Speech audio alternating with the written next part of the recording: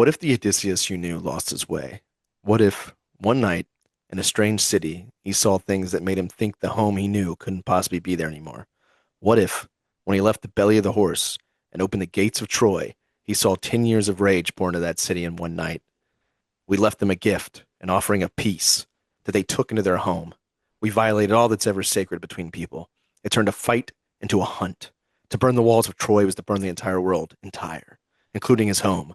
What if he knew that very night, as he walked through fires, anarchy, and pain, and in a days of sweaty celebrations that follow, what if he knew exactly what he'd done? And what he'd done is bring the cause of Goals and Movie Podcast to the Odyssey next! If you guys were the inventors of Facebook, you've invented Facebook. I've abandoned my child! I've abandoned my boy! Once said that he regrets Hiroshima. Just, I gotta get back to her. I don't know. I don't know!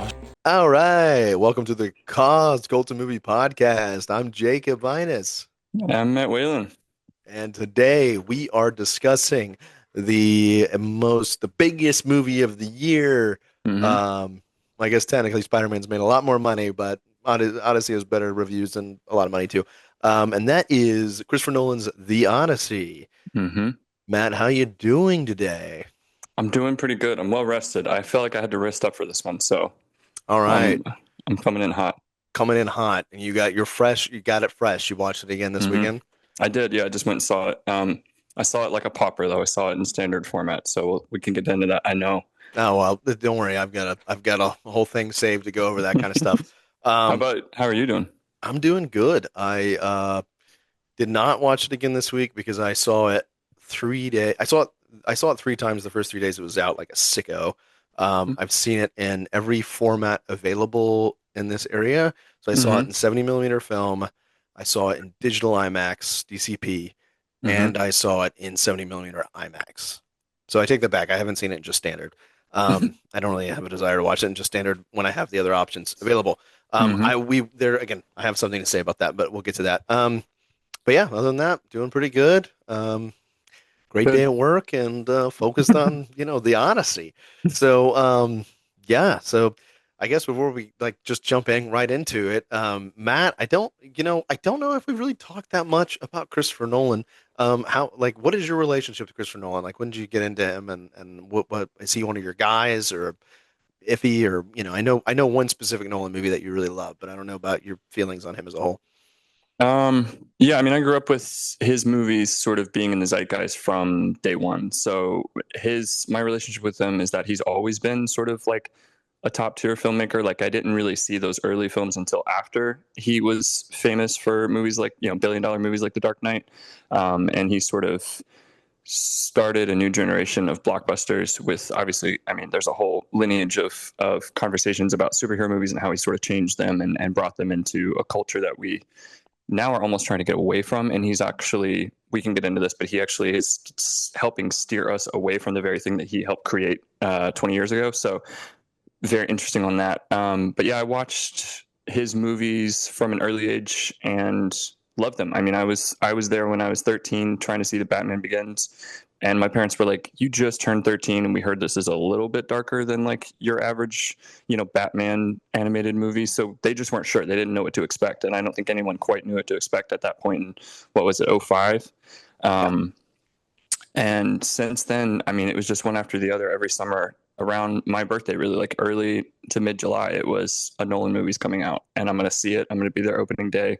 I remember Inceptions. I saw that on my 13th birthday. So it is almost like a summer tradition, and this was the same way, where like I knew, like, okay, mid-July this year, everyone's going to be there to see this movie. And so that's just always been, he's always been a constant in that way. And every movie that he does is different, but it has so many things that make him the biggest name that he is. I mean, and we'll break all that stuff down. But yeah, my relationship with him is that I've always just thought he was as good as people make him out to be, which I think is rare. A lot of times you're let down, or you're confused, or you don't quite get it, whatever that it factor is. But I think he's got it, and everyone knows he has it, and it's almost undeniable. And so this movie is actually quite divisive in his filmography, and I can't wait to talk about that, because it does stand out as different from his other films, and I wonder if that's on purpose. But what about you? What's your relationship? So yeah, I mean, yeah, he's I've always called him our kind of like our generation Spielberg, and what I mean by that is he doesn't make movies like Spielberg's movies at all, but they're not very similar artists in that regard. But what they are similar in is like their name alone can sell a movie, and Hmm. there's really no other director like that at that level. Like, yeah, like me and you are gonna go opening day to see a PTA movie because it's PTA, but like Nolan is like Spielberg uniquely, where it's like soccer moms know like Hmm. Meg, who we used to work with, was like, "Are you seeing the new Christopher Nolan movie?" She's not saying that about any other director, Hmm. right? You Hmm. know, and so that's a unique thing. Um, and for me, like, so I grew up a huge Batman fan. So I was been obsessed with Batman since I was like 2 years old. Um, when I was two, I refused to leave the house without wearing a Batman shirt. So when my parents would take me to church, they let me like wear a Batman shirt underneath my church clothes, and then like right when we left church, I'd like rip off the shirts on my Batman shirt. So I've always loved Batman. So I remember Hmm. the first Nolan film was like Batman Begins that I saw, Hmm. and I really liked it. I was like, you know, at the teenage or whatever age when it came out, and I really liked it. And then I, you know, saw The Prestige when it came out, and then of course The Dark Knight was this huge thing. And like for me, I kind of look at Christopher Nolan as almost like a gateway drug to like from like here's someone who's like an auteur who's like kind of taking the craft seriously, but he's still kind of making like these pop movies. Hmm. You know, it's like okay, like so at that age, having this person that's like taking it seriously and it's like this auteur filmmaker, but he's still, you know, telling a story about Batman and Joker, these two characters I've been obsessed with when I was 2 years old. That was a lot more tangible for me at that age than, you know, Martin Scorsese or Quentin Tarantino or, you know, Godard, obviously, you know, someone like Hmm. Kurosawa. Hmm. So I kind of looked at him, he kind of was like a gateway filmmaker for me. And then, as I got like more into other movies and stuff, and the way that sometimes with the gateway, whereas like I got a little less interested in him for a little while. And like I always felt like there was like he had like a trio of movies with like Inception, Interstellar, and Dark Knight Rises, where I kind of like felt they were like these like really like sloppy, ambitious swings that I Hmm. admired, but like I felt like his really ambitious reach just like exceeded his grasp in all those movies, and I like you can kind of like feel the seams falling apart a little bit. Whereas like I watch like a Scorsese film or PTA movie, it just seems so profound in every little aspect. And so then when Dunkirk came out, I like kind of thought like, oh, okay, like this is a huge step in the right direction to kind of have me kind of fall back. Like I liked those other movies, and I still like they were so ambitious, and like he's the only filmmaker working at this level. So like I still loved going to see him in the theaters. It just I was like a little bit like, you know, like I just wish, you know, he's a little cleaner. And Dunkirk was like, we're gonna simplify it and making it like a much more achievable goal. And he's like in the execution, like knocked out of the ballpark. You know, he's like makes a film entirely of his strengths, and his strengths has always been like cross-cutting sequences of escalation. It's like Hmm. two or three different things are escalating at the same time, and then they all like climax at the same time. And then like I think that is what creates that propulsive nature He, that makes a film yeah, so, you know, exciting.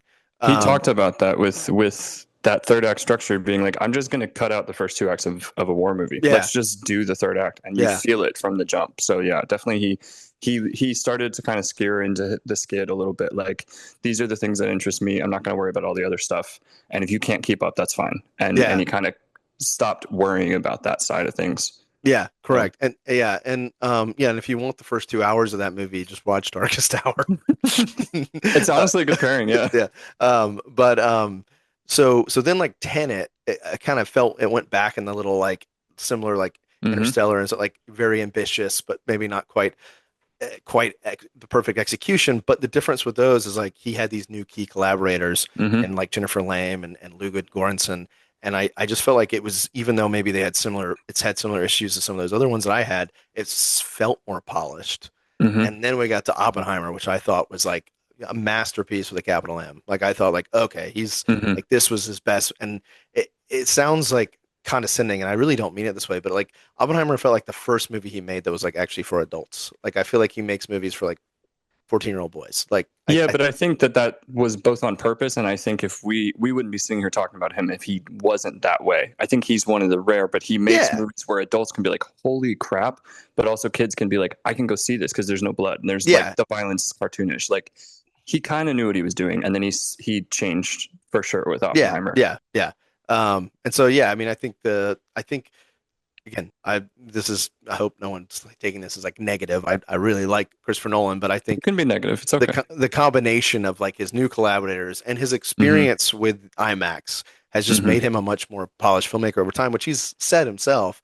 But I really think you start seeing him really pushing himself, starting with The Dark Knight when he does start using a little IMAX, and I was like, as he gets, you see him building to the point where now he's gotten to where I think he's much more polished and a great filmmaker. Um, Hmm.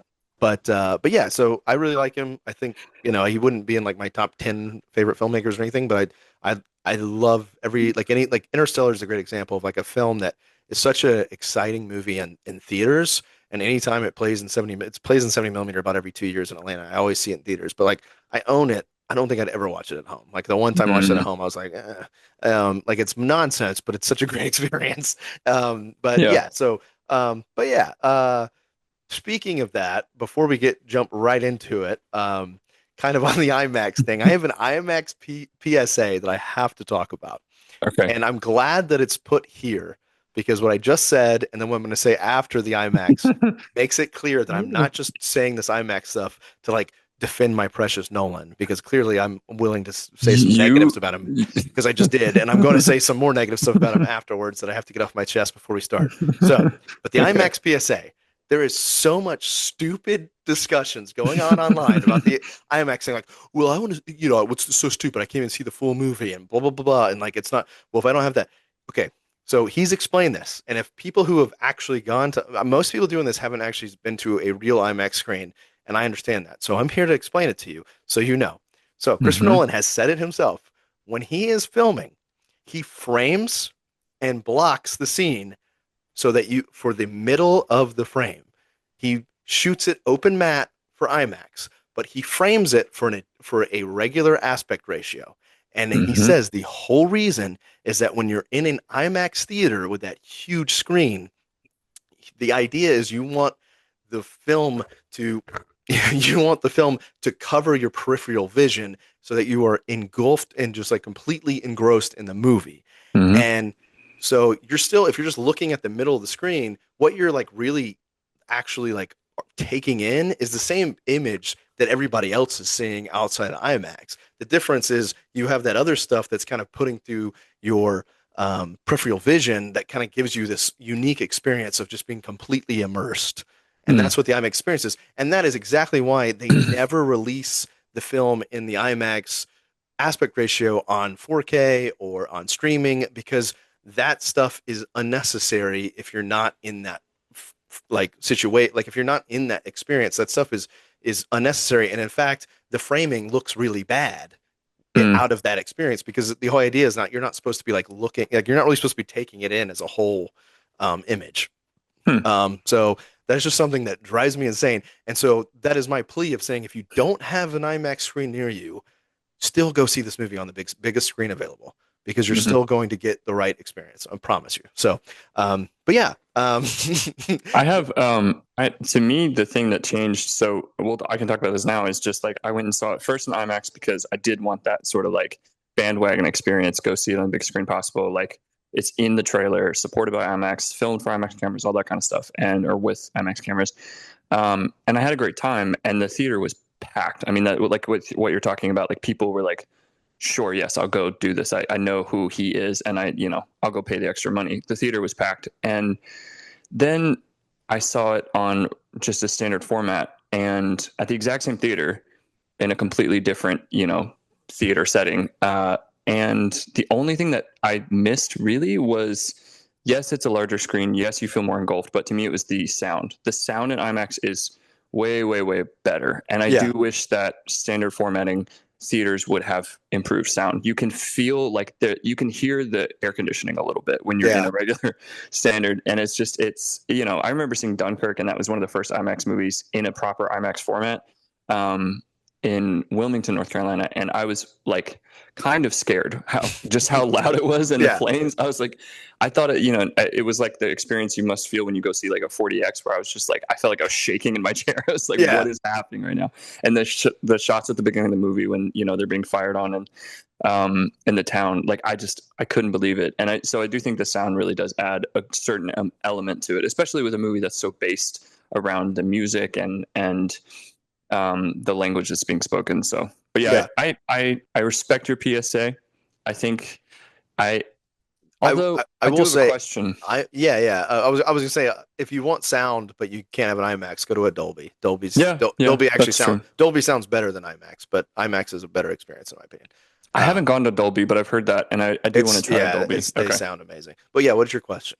Well, so you say that they're not different for the screen, but this is maybe an uneducated question, but when you watch like let's say you have a 65-inch TV and you watch The Dark Knight, the aspect ratio does change per scene depending on the IMAX camera. Correct. It fills the screen and then it doesn't. Yes. So in that case, like The Dark Knight the most of the film is filmed in like scope. 35 mil. Yeah. Yeah. So it's filmed in the scope aspect ratio. So the when you're filming the flat and scope, I mean, there's actual numbers and stuff. There's multiple versions, but the easiest way to think of it is like flat is going to be a square and scope is like what you think of as widescreen. And so the thing is if you're filming in IMAX and it's completely open matte, you're not going to have like there's no way you can make that. This guy's getting knocked to ribs. So there's no way you can make that scope other than just cutting stuff. And so even though you're not seeing the full IMAX, you're seeing like a 1.66 of that versus the full, or 1.33 versus or 1.66. You're seeing a full screen. So, but that's still not what you would see in IMAX. So for something like the Odyssey, since was completely filmed in IMAX, when you watch that at home, it's always going to be just like the full frame, similar to like the Master, which is 70 millimeter, but not IMAX. But that's going to look different than if you're shooting most of your movie scope, like The Dark Knight was all scope except for that. So, which is actually one reason why with Dunkirk, I think Dunkirk was the first one that he started like not really shooting much in scope because he wanted the aspect ratio changes to be less noticeable.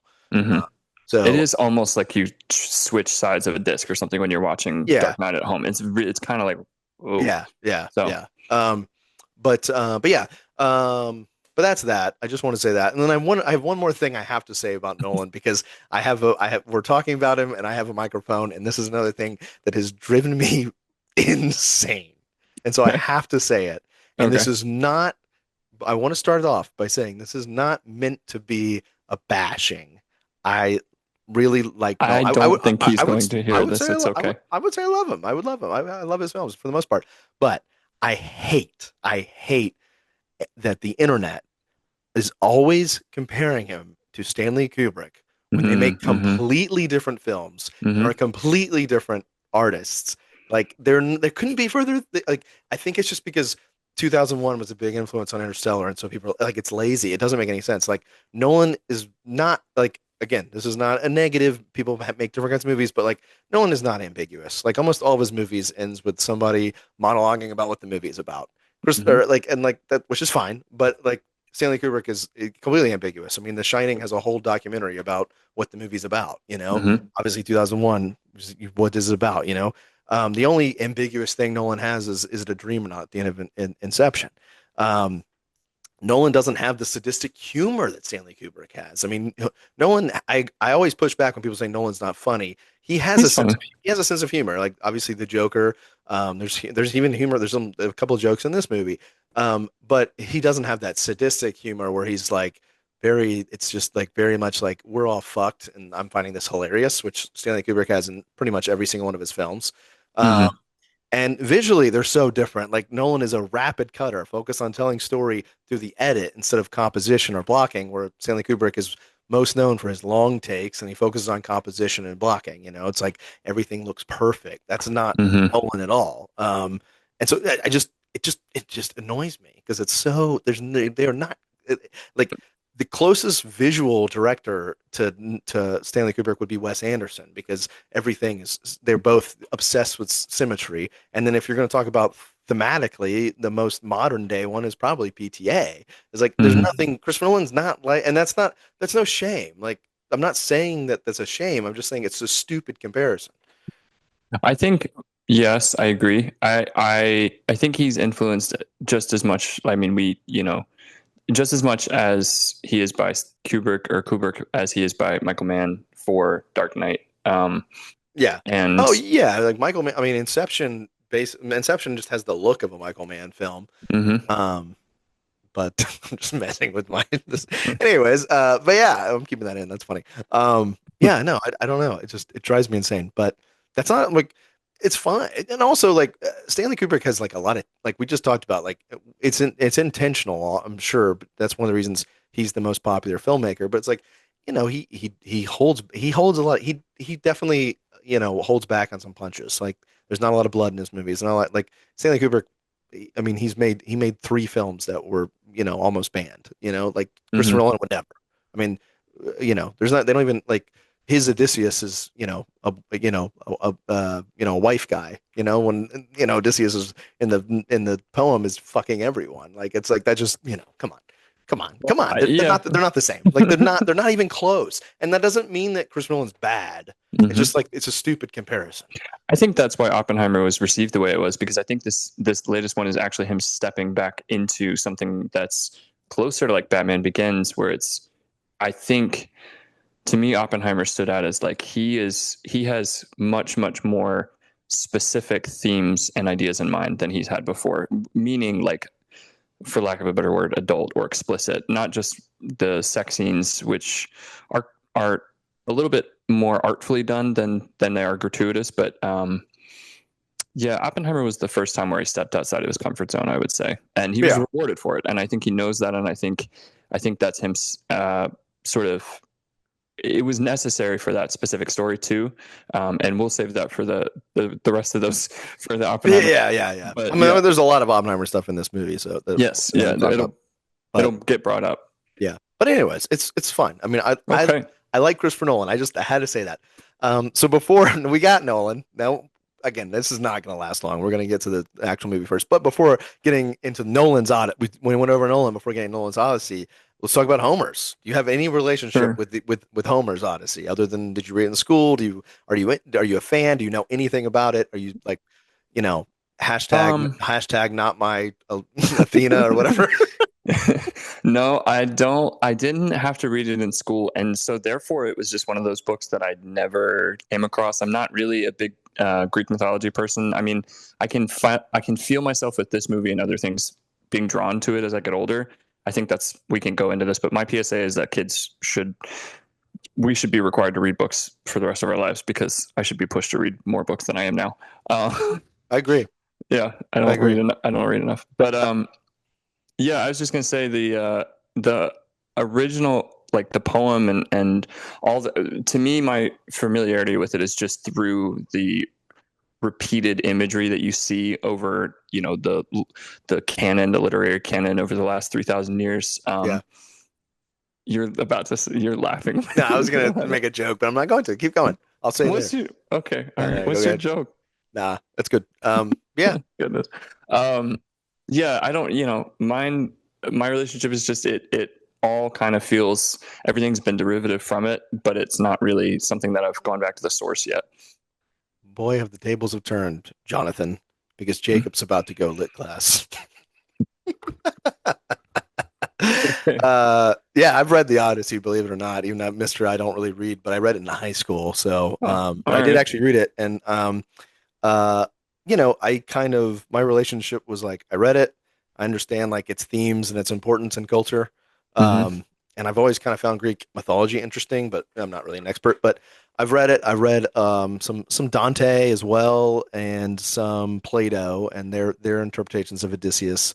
So all of that in mind was interesting watching Nolan's version, but I'm certainly no expert. So yeah.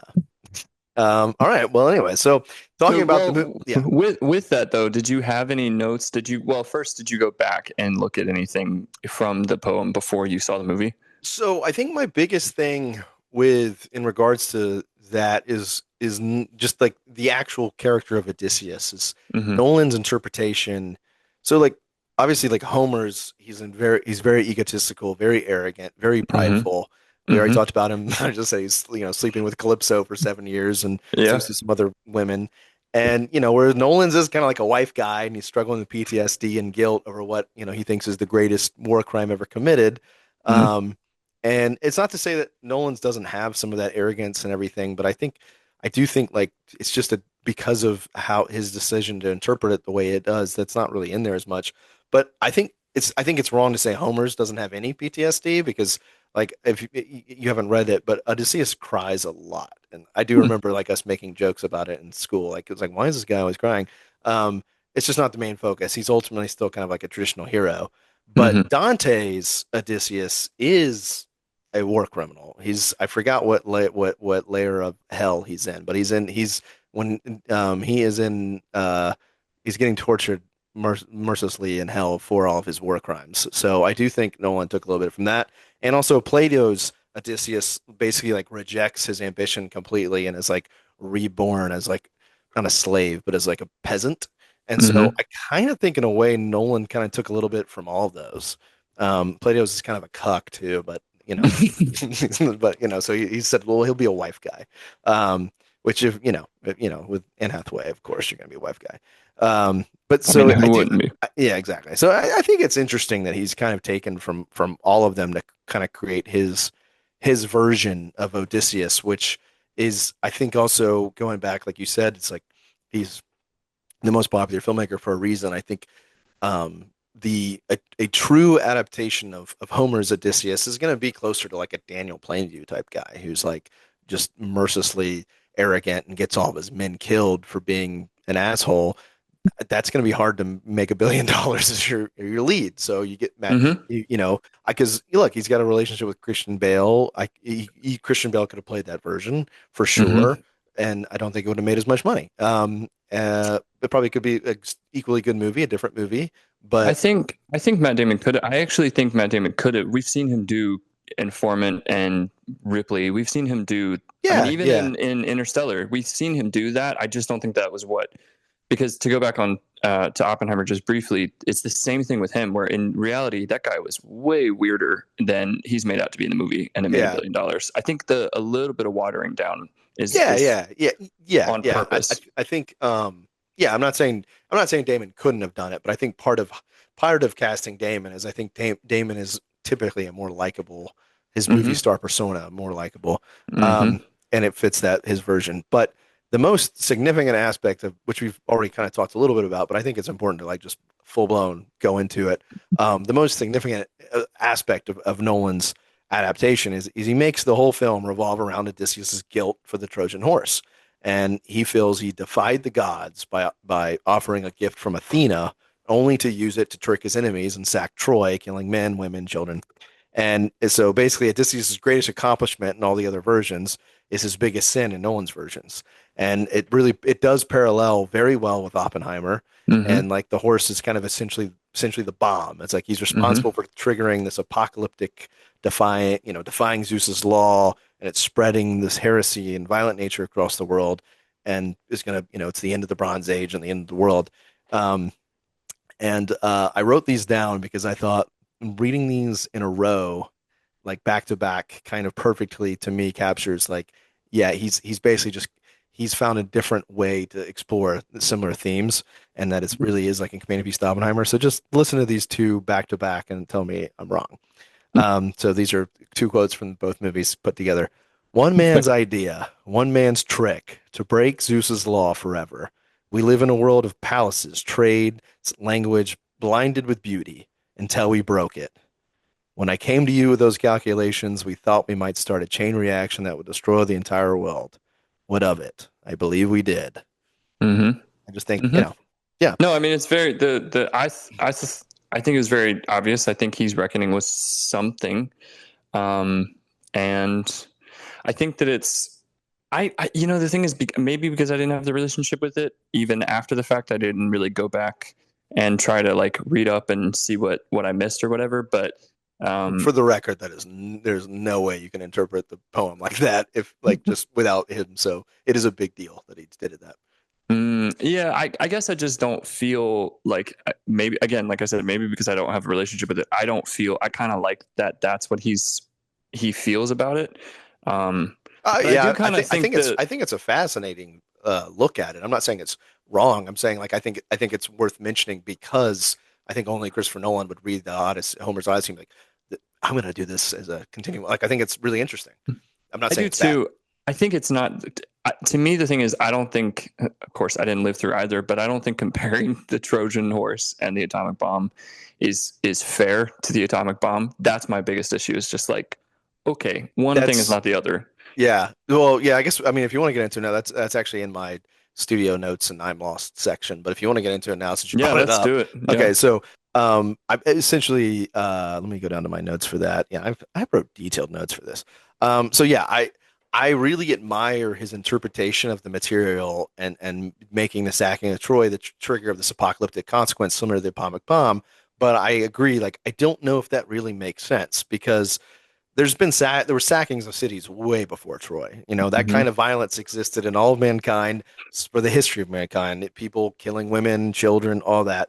It's not new. Where like the bomb was genuinely like a new horror, a new tool of destruction Hmm. created unlike anything before. So I do kind of like wonder like if that because I really like the film. I mean, I think we haven't like I mean we don't give like an official rating on the show or anything like that, but even despite people are probably going to think the first half is super anti-Nolan. Like I liked the movie a lot overall, Hmm. but I think that is one of the reasons that like is like holding it back from like an Oppenheimer level thing or something for me is I am like I find this really interesting, but I just don't know if this fully works. Hmm. For You that mean the exact message? yeah, for that exact reason Yeah. is that using this story for that message, like for the reasons you're saying, it's like is the you know like those the Trojan horse doesn't really make sense because it's not the bomb, you know, like Hmm. it's like dude, you weren't the first person to go kill women and children, like you Right. weren't, you know, so so I do agree with you that like it's not quite the same, and so I think it's really interesting, and I admire that that's how he wanted to tell the story, but I do wonder if like it is a little confusing and I like a little bit muddy. And so I'm like, I do wonder if that's what's holding it back. One of the things that holds it back from me being like, oh man, like this is another masterpiece with a capital M because it's not, but it's good. But yeah, I think I agree. I do think that I guess part of the reason I don't mind it so much is because sometimes those poems, and again, I did not read it, so I will just say that it can feel a little bit dry or cold at times when you're reading things like that from so long ago. And I think this updated sort of emotional layer at least brings you in emotionally to it in a way that maybe if it wasn't there, we wouldn't feel as empathetic towards what he went through by the end, by the time he gets home, as we do because of the guilt that he carried with him and he experienced. Um, yeah. I mean, but yeah, I remember in high school, I literally was like, I don't really understand why it took him so long to get home. He just wanted to bang, you know, he wanted to bang Calypso, like. So yeah, I think it adds a you've never lot. had lotus flower. I mean, you just Yeah, don't. clearly not. Yeah.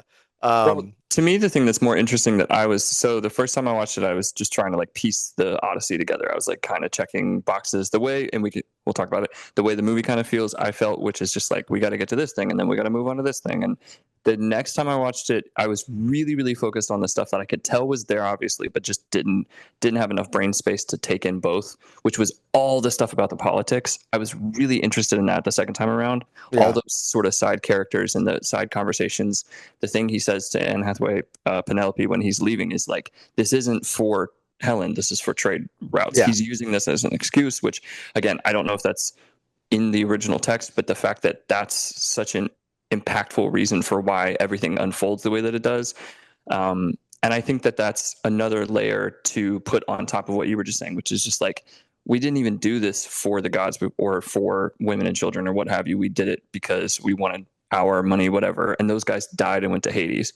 I think um, that that layer on top of what you were just talking about really kind of helped me be like, okay, I actually like the fact that this is the loss of almost a loss of religion movie, and he gains it just as the world loses it is kind of an interesting paradox a little bit. Well, I mean, paradoxes with Nolan are everywhere, but I think that's a really interesting way to look at the movie that I don't mind so much, because it's like, man, just when I was ready to like accept all these things that I was preached to, it's gone and I'm home. But like, what does it mean? And so I'm going to go bury my dead or honor the dead because I don't have, I can't participate in some of this stuff anymore.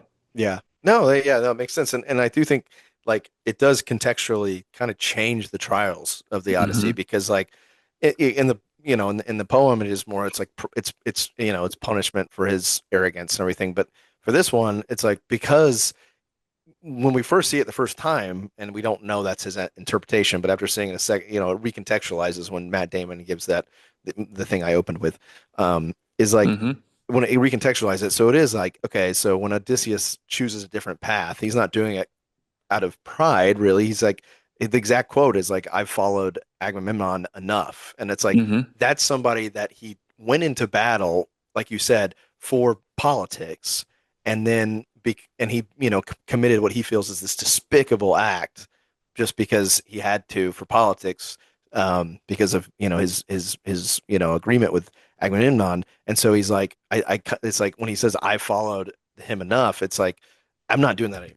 Like I served him how I was supposed to, and now I'm gonna Mm-hmm. go be my own man. And then it's like he starts facing these trials, and the trials you could argue are all just from being punished for the act of um, the Trojan horse and the sacking of Troy. Um, but so yeah, I think it definitely changes kind of the it just changes everything, which is Mm-hmm. interesting. I mean, I think that's what makes that's a good way to do an adaptation of the to kind of change the context. But the one other thing though about his change that does make it a little strange to me is there are a few moments, and we can get with them because both moments I want to talk about. We can get it when we get to it, but um, because that does change Odysseus's character a little bit, there are a couple moments that to me feel almost out of character from Matt Damon's version of Odysseus. So like, for example, because it's not so much about his arrogance, I just feel like like they need the Cyclops to still chase them. So him shooting the Cyclops feels a little weird. Mm-hmm. And the other one is like, this is a guy who just, who's clearly we learn from the end of the movie that this whole time is like really struggling with PTSD. That's the best way to put it. Is he really gonna be I'm gonna be macho and tie me up so I can hear the sirens? Like it's like we'll get to the siren scene, but it's kind of funny because it's like I don't know if I buy that setup because of the version of Odysseus, but the scene is so good that like I buy into it, and it's like I kind of feel like that's basically my way of most of Nolan movies is like there's a lot of stuff I don't really buy into, like some of your writing, but you're so good at like executing what's happening. I'm like, I just buy into it. Like I'm like, oh yeah, dude, all the cops would definitely go down there to get Bane. Like that's awesome. Like that makes sense. Like, oh Mm-hmm. yeah, yeah, it's all about love. The briefcase or the bookcase. Yeah, it's like it's just it's such good filmmaking. I'm like, okay, Mm-hmm. but yeah, I don't know. I think, yeah, to me, that scene didn't bump. I didn't bump against that as much, but I see what you mean. It is a little bit like, so is he arrogant or is he not? Is he actually? I think I kind of believe that he's. I mean, because she even says, like Cersei in the tavern or wherever she is, she says like, you will hear the song, your men cannot, but you will listen to the song. So it almost when he does that, it's like, well, is that even his idea, or is he just trying to act like it's his Yeah, idea because that's what she told him?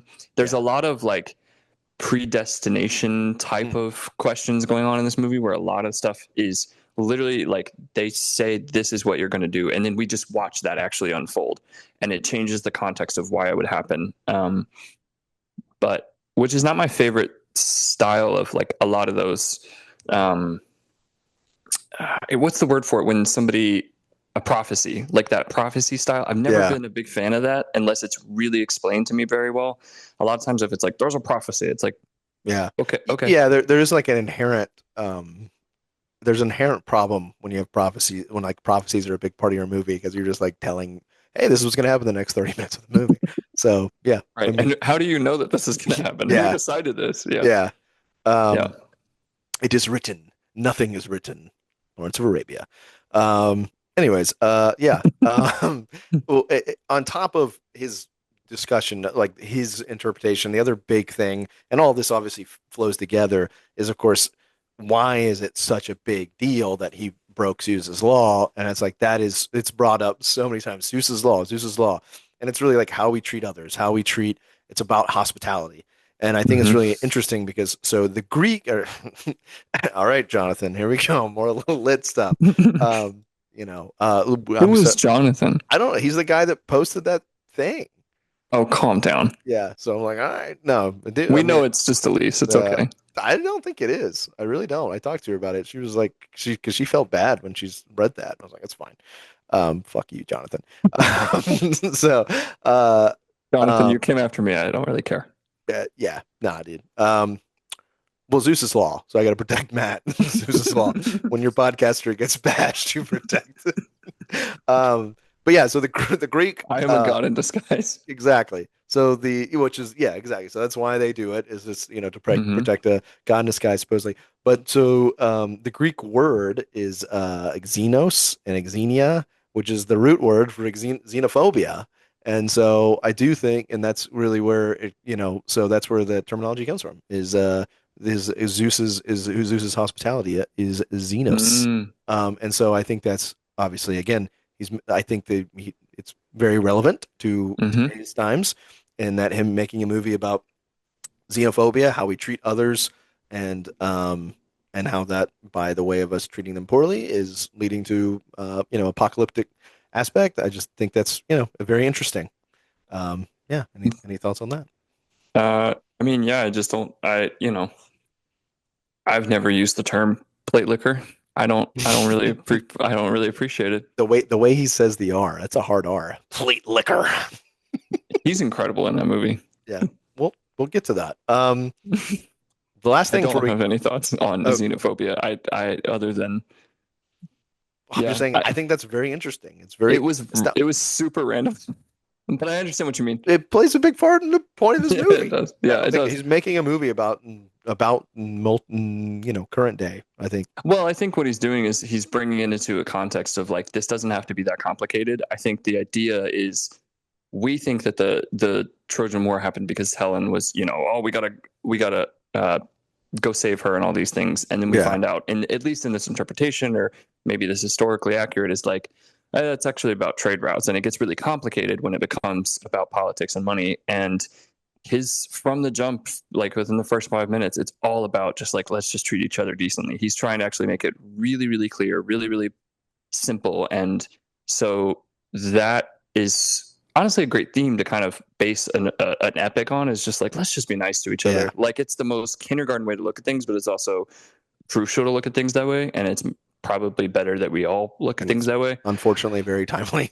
It's incredibly timely, and I Yeah. mean, even to the context of like the conversations and dialogues that are happening around the movie is like so not the point of the Yeah. existence of the movie or the reason it was made or anything, and people are getting really upset, and it's like we could just enjoy a movie and enjoy actors and have a good time and watch a good movie, Yeah. and it's so it doesn't need to be this complicated, like inside the movie or outside of the movie.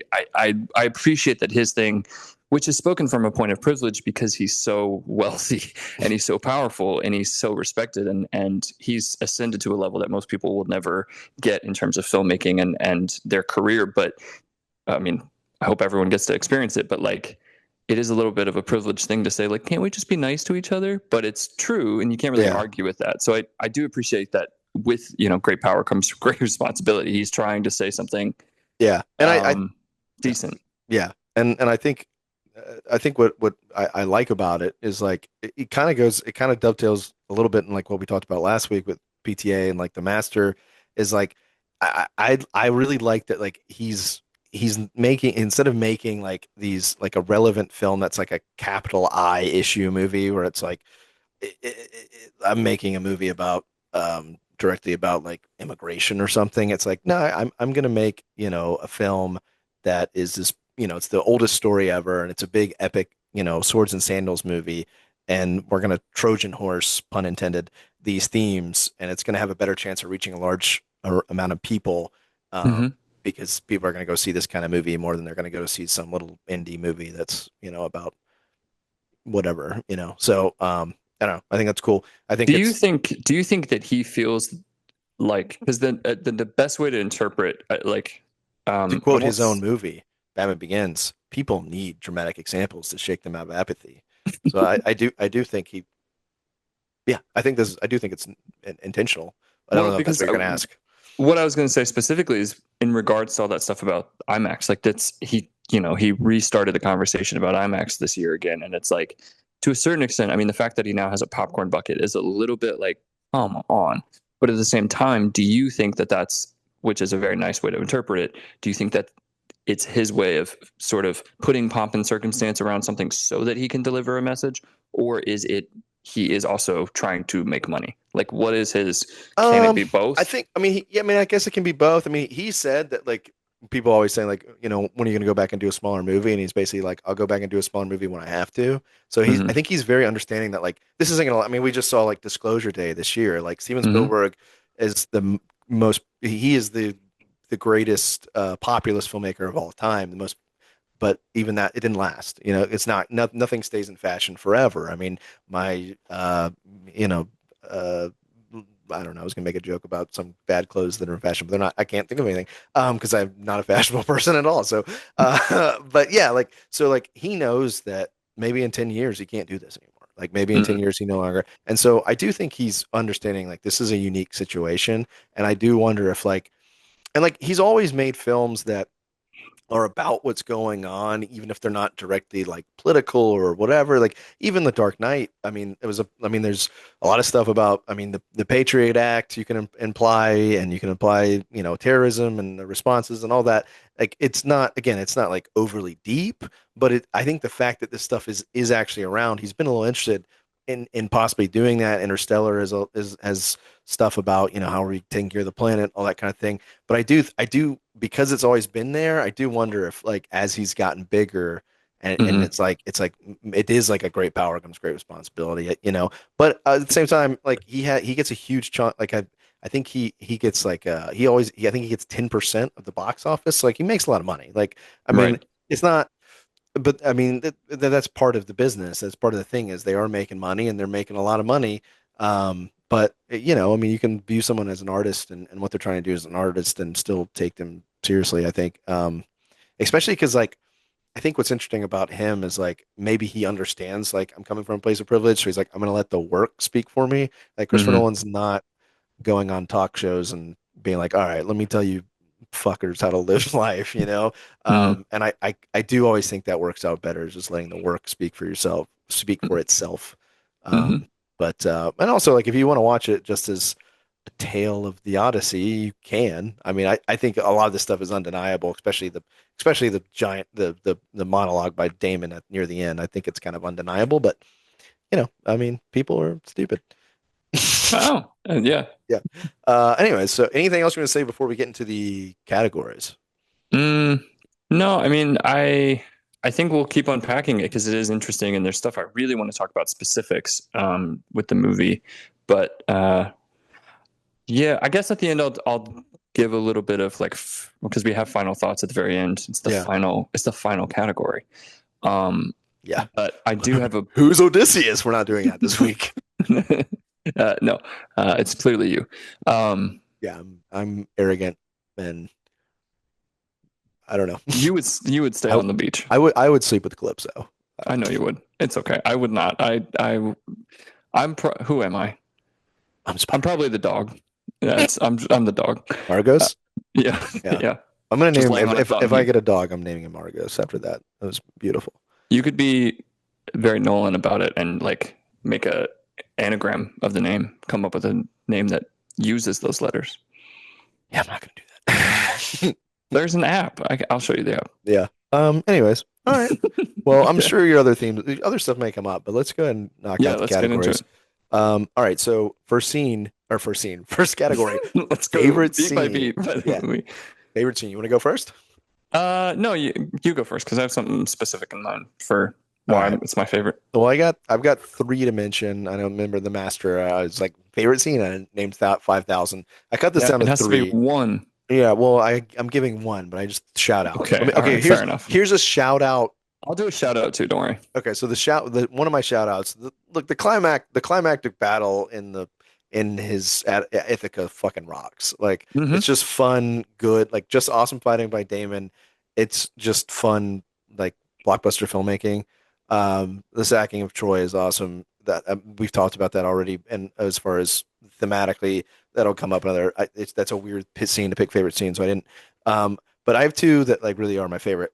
So I just the pigs Hmm. amazing, amazing. Like it's like straight out of a horror film, and it's like mostly done practically. Like there's some CGI, but and he just builds the tone so like I don't. He did like reverse film when they were eating, and that's why it looks so weird. It's so, like they're Oh, actually okay. pulling it out, but then when it's Oh. put in reverse, it's going, and that's why it looks like odd. Like it's just really cool filmmaking trick there.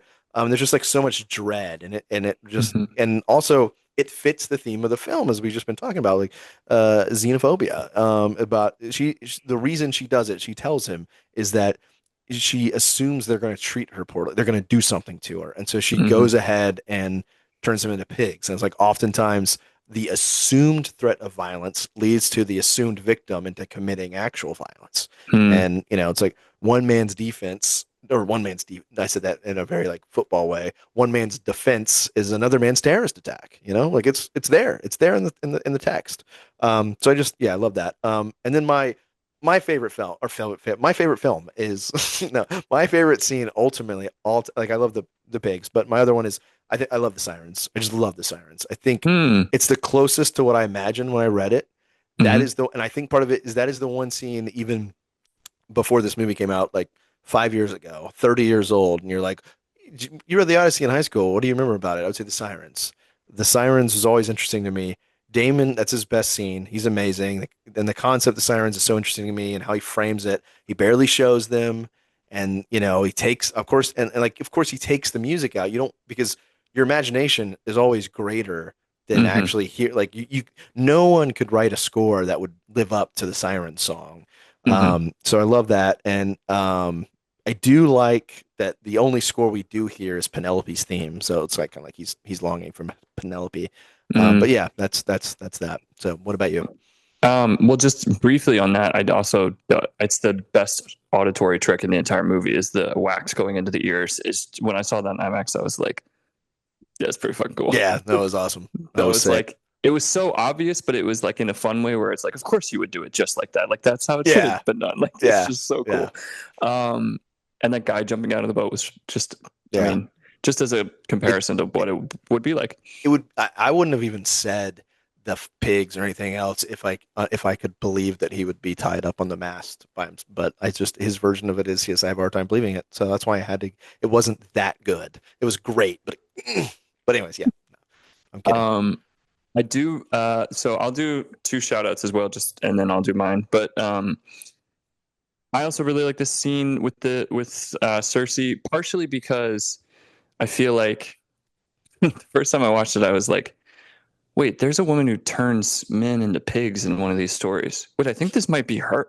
Oh no, this is her. And it like was happening in my brain. I was like, is this we're about to, and then it began and I was like, oh God, no. But it happens so effortlessly. Like to me, that's the true horror scene. Like that's the gross out horror. And my favorite scene is actually the real horror movie. But um I love that scene. I love that she gives that performance that she gives. I think she's definitely like a standout performance in the movie. I love her inclusion of the bird, as her sister, and just like she's good as she is. The other scene I really like is seeing the horse because it begins the movie and then it comes back around about an hour later. You see the horse sort of being built, you see it being dragged. I just Hmm. found that so interesting because every other interpretation is them wheeling it into the city, and I always just assumed that's what they would have done. But it's like actually they probably did have to drag that thing. And my only note is, well, we'll get to it, but I'll say it now. I don't think no one could have made a horse that beautiful on the beach. I don't care how long you have. That's there's no like buzz saws or anything down there. Yeah, How did they do that? Um, that was a and gift from then God, Athena. Athena, she came in there and made she it just did perfect. it. Yeah, probably. Yeah. And then my actual favorite scene though, top tier is definitely Hades. I find Hades to be like literally the second time I went to see the movie, I was like, I really want to see it. I want to see it for all the other stuff I missed, but also the scene I was looking forward to was Hades. I just could not wait to get to that scene. As soon as that happens, I just find it to be like that's a scene that like this is weird to say, but like late at night, I might just pull that scene up on YouTube and watch it just because it's so scary. It also calls back to me in Batman Begins when his I can't remember Scarecrow and Scarecrow's his version mouth of Batman. Yeah. I thought about that and I just find that scene so, and it's so beautiful because that's also the turning point for Odysseus to start believing, and he's like, okay, there is something here, something going on. I have to listen. I have to be open, and he starts to finally defend his men instead of just dragging them along. He's actually trying to look out for them and like in a way that he wasn't before. I think Elliot Page's scene, his performance is incredible. I find that to be one of the most like devastating performances in the entire movie. It might be my favorite performance just because that scene in particular is just like, what did you do to me? Like, why you didn't tell me anything? And he's claiming he was protecting her, but he didn't, or I don't know. I just found it really, really fascinating, and really moving. So I really like Hades. Cool. Yeah, it is an awesome. I love the fact that it was filmed in I believe is it Iceland, I think was where it was I think it filmed. was Iceland. Yeah, Yeah. and it's just again, Nolan just filming on a real location, finding a real location that looks like that, and that's one reason why those kind of sequences are always just so great in his films. Mm-hmm.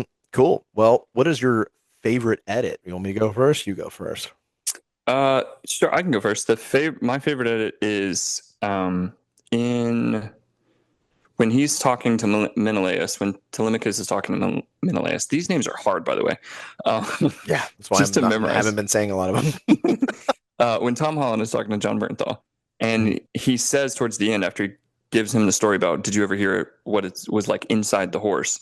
He then says, what kind of prison could hold a man like that? And then it cuts to Calypso, and it's from behind, and he's in that netting, and it looks kind of prison-like. I was like, that's the best way to shoot or to edit that scene, and to cut back to the beach. I just found that edit so just symmetrically, just right on.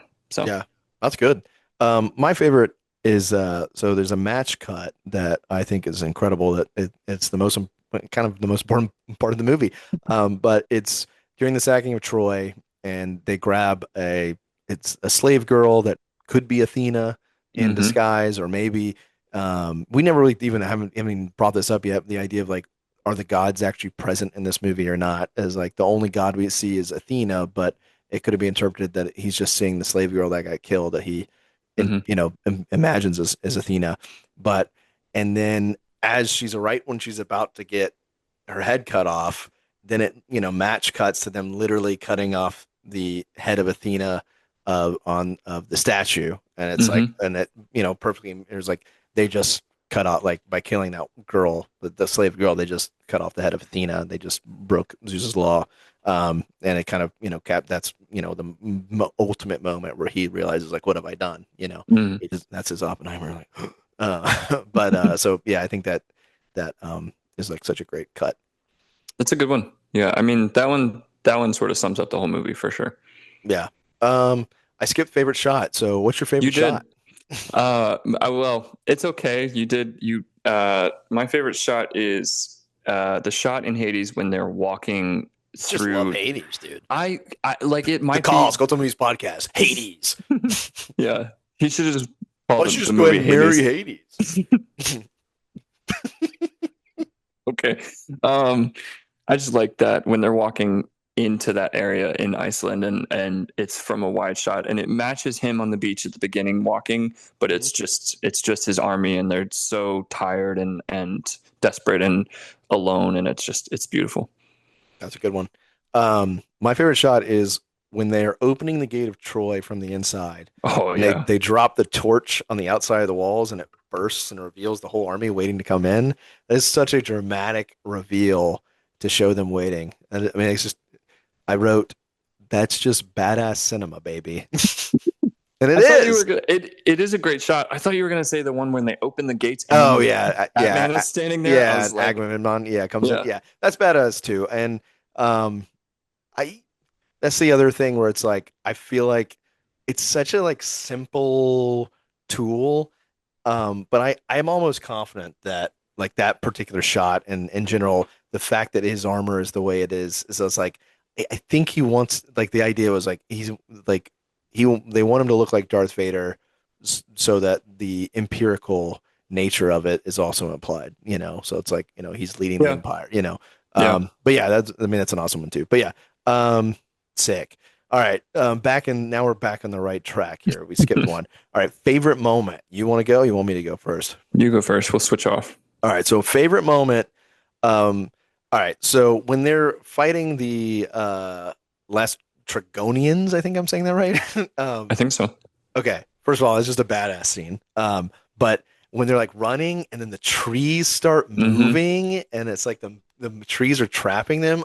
Oh my God, that is so awesome. It's like so subtle. And it's like Hmm. I'm sure they had like the trees on like a track or something. Like it wasn't difficult, I'm Yeah. sure, but it's just like it's so cool. And every like the first time I saw the movie, I was like, oh my God. Like that was like, oh my God. I was like, oh my God, this is crazy. And then on top of that, like also the music cue as they're running back to the ships away from them, it's like the Hmm. only time that like the music's kind of like electric. It's so propulsive. It's like it's just like I like that little moment is like maybe my favorite moment of the movie. Like, oh, you know, it's so sick. And then I also love the way that Damon says, "Do you think you'd be safe from the sun god if you ate quietly?"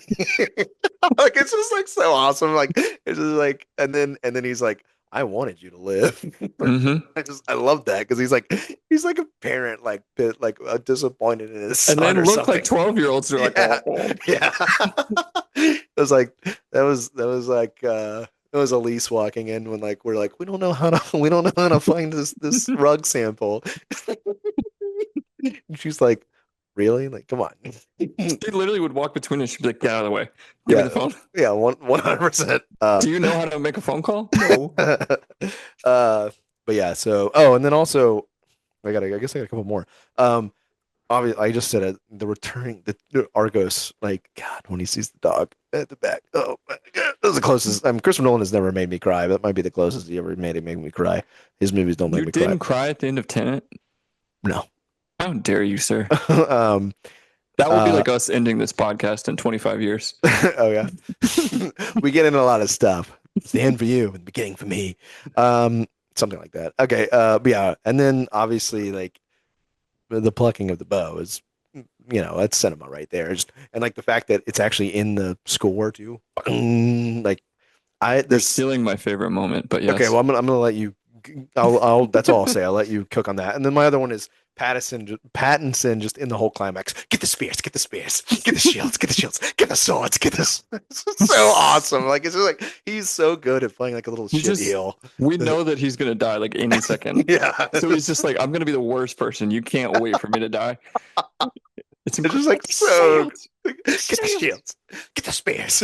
It's so awesome. All right. Uh, All right, cook on the plucking of the bow. I just find it's the best music cue in the movie. I mean, to me, I'll say Hades one more time. I think the music in Hades is incredible, but the plucking, I know, I like Hades, but the plucking of the bow is so simple. It's like, it's one note. It's, I guess, a guitar string. I don't even know what they're using, but it's so powerful. And it ties all the movie together because it's played perfectly, like in individual moments. I think it's like 3 or 4 moments that he does it right when he needs to, thematically. I just find it to be amazing. And then the other, one of my favorite moments is when he finds the cheese in the cave. Oh, Like, there's already a meme about it where it's like, man, that guy from Boston really took a while to get home because he's just like, got trees. I'm just like, okay, and dude. he's like, oh, Zeus's law. That's what I was like, it's like, yeah, next time I like go to a friend's house, I'm just gonna bust in like Kramer and open up the fridge, like Zeus's law. That's all you got to do. Yeah. And then, oh, I really actually like the scene between Holland and Bernthal. I just find that to be, I'll save this for later, but I actually, just briefly, I think Holland is actually really good in this movie. And I really, really like that scene because I feel like we all have that. This talk about crying, but I think there's like a feeling of wanting to know your parents more. And that scene, I think, brings out that feeling in us where it's just like, who is this guy? Like, I mean, he literally doesn't know him, but like, wanting to get to know your parents more than you do, and people telling these stories with this like reverence. Somebody who was there in the horse with him is like, that's some powerful stuff. So I really like that scene. Good, cool. That's a good choice. Yeah, Bernthal, you can't go wrong. You want to hear stories of Odysseus? Like, you can't go wrong with Bernthal. I mean, come on. Um, I So I have tried. a least favorite moment. I tried to watch. Oh, should we have that? We're not gonna have that. This is a positive podcast, Yeah, okay? but can I say my one least favorite Yeah, go moment? for it. I don't like the oil in the hair. I find that to be the nastiest. When Oil in the hair. they do when Agamemnon comes home Oh and she's yeah, like running it through, I was like, yeah, ooh, that's yeah, nasty. yeah. Yeah, I don't think I had a moment where I was like, "Ooh." that was my No. only one. Mhm. Okay, so all right. Next we got favorite performance. You go first this time. Well, I shouted out Elliot Page. I thought he was really good. I thought from the opening and then into Hades, I just thought his performance to me is like the most emotionally impactful because he's playing somebody who was just a victim of this, who had no social standing in this, wasn't born at the top of the mountain or anything, but delivers just some of the best like consequential reactions to what happened. Damon, obviously, Samantha Morton, we talked about. Robert Pattinson is an amazing villain. I think he should do it more often. If we get lucky, he'll be a Bond villain like 5 to 10 years from now. Um, and then I think his name is Ryan Hurst. He is the bodyguard to Tom Holland that gets poisoned at the end of the movie. I love that actor. I was so happy to see him, and he brings a fun little energy to the movie. But yeah, I think Damon actually gives a really good performance. I think he's playing enough variations of somebody who is cocky but is kind of reckoning with what he did, and there's layers to his sort of like hubris beneath the surface that we get to see throughout the film. So I just find that really, and he also just gives a really good physical performance. I mean, I don't know how you stay in shape on a beach for 25 years, but or Let's get 20 off years. this fucking beach. Yeah, because that's how they say it. That was a weird line. It was weird. It's like they didn't use. I mean, maybe they had the F word back then. I don't know. Christopher Nolan, great director, not the greatest writer. He just doesn't. It's like in iRobot where it's like you don't need to curse this much if you don't know how to do Yeah, it. yeah, It's that's like true. I That's don't. true.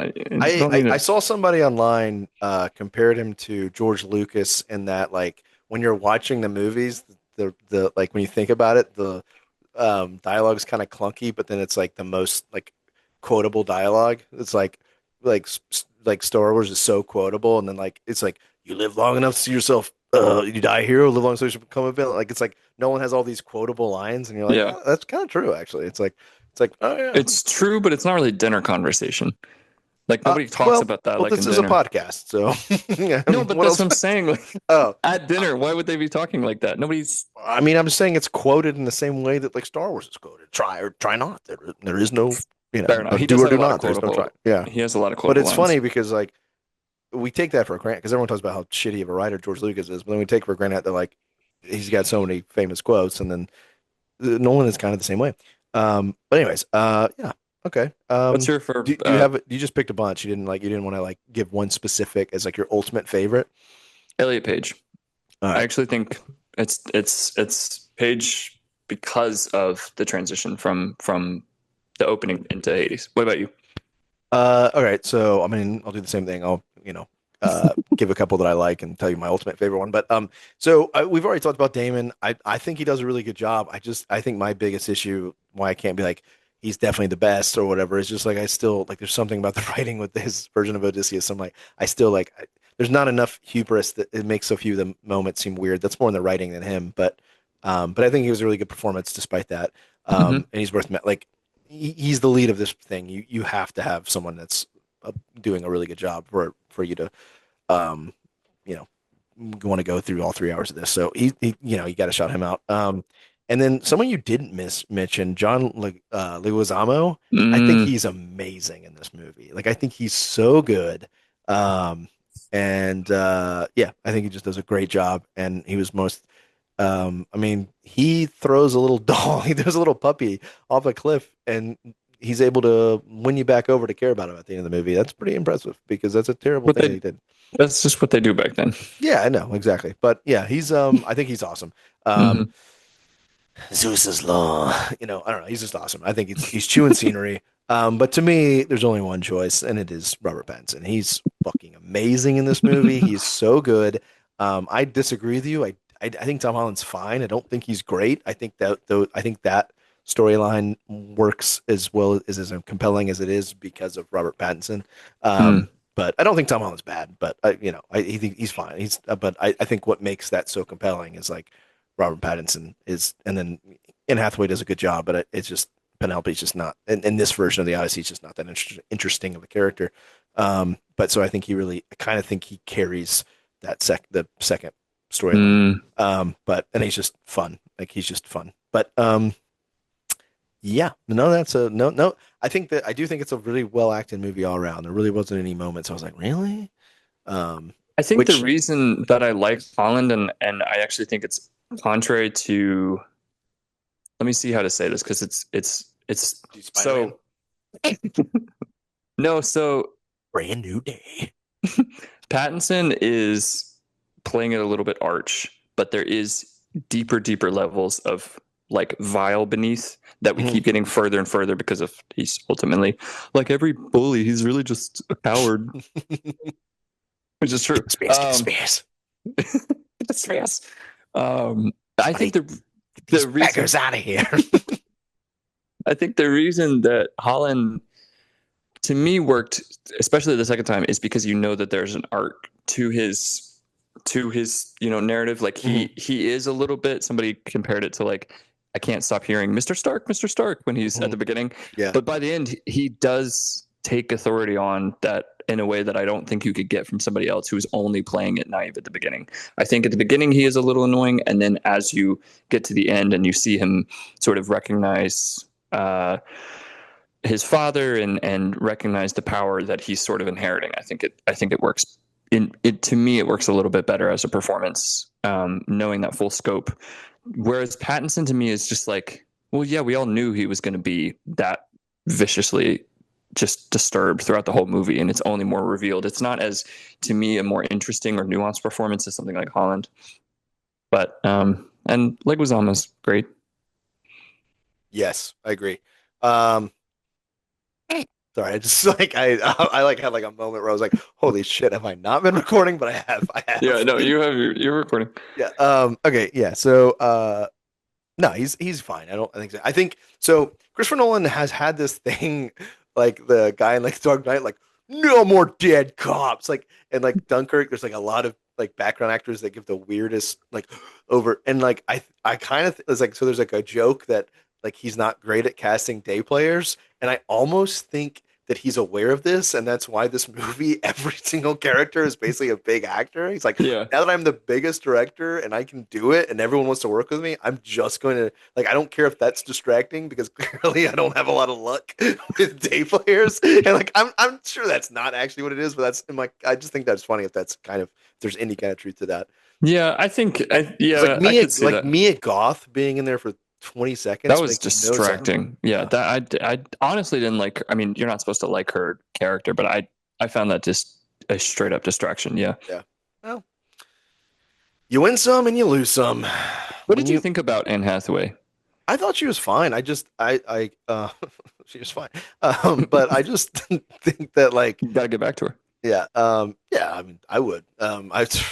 But I just think like I'm not sure how many versions of the Odyssey are going to make her incredibly compelling, but I think she does well with what she's given. I think Hmm. I do like the sequence. Like I think a lot of people have misinterpreted like her talking about when she's like saying like the throne has not hasn't been empty. I've been is like she's not necessarily saying that she has.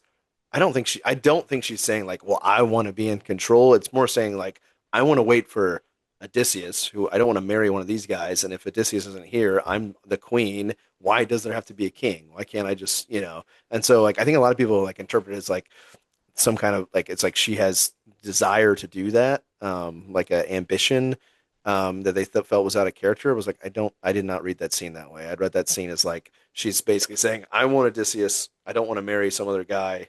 And if no one, if Odysseus doesn't come, I'm already the queen. I might as well just keep doing it. But yeah, I know. I thought she was good. I don't know. I don't have a lot to say about that character because Christopher Nolan not the greatest at female characters, and I I don't think think she's it's bad. But yeah, I think he's getting better because I think it's one of the few self-conscious things that you can see him trying to be like, no, she really is like she has a lot of yeah, feelings. yeah. Well, I'm sure he was like, oh wait, he's gone from her for 20 years. Okay, I don't have to write that much about her, so it'll be better. But but I think that the part of it is just like he doesn't give them enough to do. It's like it's Yeah, I mean, if I you think gave them agency, they would be better yeah, performers I and mean better that also is characters. kind of just how that character is in general. It's like she is just waiting for 20 years. So, Yeah. but yeah, she's fine. I mean, I don't think she's bad or anything. Um, yeah. All right. Favorite artistic choice. I guess I go first this time. Yeah. So my favorite artistic choice. I swear I'm not going to do this every time, but this is now two in a row where like my artistic choice could be for the whole filmmaker's filmography, not just one film. But I love his commitment to practical effects and shooting on Mm, location. hmm. I like, for example, for the I can't pronounce. I forgot how to pronounce her name, but the giant things like using 7 foot actors and then having Mm-hmm. like 5 foot actors play Odysseus men instead of for the Lestrygonians Hmm. instead of like using Like CGI or whatever. yeah, or stilts or something. Yeah, you're watching. It's like those are real people because they are. Hmm. Um, and of course, like they use jet skis to create the whirlpool, and they just digitally edit out the jet skis. And Wait, really? so there's just Oh. jet skis going around in circles, like the and is it Hmm. How do you pronounce the monster? I don't Scylla, Scylla. Scylla. Yeah. Scylla is like a puppet, I think. Apparently, I Yeah, read yeah, I is read yeah. that. And then of Same course, for the yes, Cyclops is Cyclops. a puppet on It's set, both. and then Yeah. it's a human, and they For uh, like close-ups and stuff, yeah, yeah. recompose. So that's really cool. And the thing like I rewatched The Dark Knight recently because I was rewatching some Nolan films for this, and like one of the reasons like that movie holds up in comparison to other like heavy special effects films of that era is because of this way of filmmaking. It's just like people kind of like to kind of joke around and give him shit like, oh, like Oppenheimer, he's like, I'm not doing it unless I use the real bomb or whatever. And it's like, those are funny jokes. But like there is a reason. It's not. There is actually a reason behind doing that. There's a Hmm. fly. But it's like it makes the films last and it makes them hold up. And like I just feel like there's so many movies nowadays that just like big budget movies that are so expensive that just don't look very good, and like the special effects are going to be outdated in 6 months, and it's like a lot of time like there's so many special effects houses that go out of business because they're overworked and underpaid, and then like the final product doesn't even look good. It's like let's do it right. Let's do it right. Hmm. And he does it. And I appreciate that, he is championing still shooting on celluloid, shooting in IMAX, Hmm. because like we talked about, like not everybody can do that. Like it's like and people don't have the not everyone has the power to do that. And so Hmm. it is a privileged place for him to do that, but like there's a lot of people that have similar privilege to him that don't, like Hmm. if Marvel at the height of that said, you know what, we're going to shoot everything on film and we're going to shoot everything for IMAX, we'd have more than 54 70 millimeter projectors in America. Like it's Hmm. like I appreciate that he's actually championing this stuff, and he knows that most filmmakers don't have that power. Like this thing is the filmmakers themselves don't have that much power in the industry. It's there's higher ups, and so he knows he's one of the, especially nowadays, he knows he's one of the few filmmakers that does, and so he uses it and he champions it.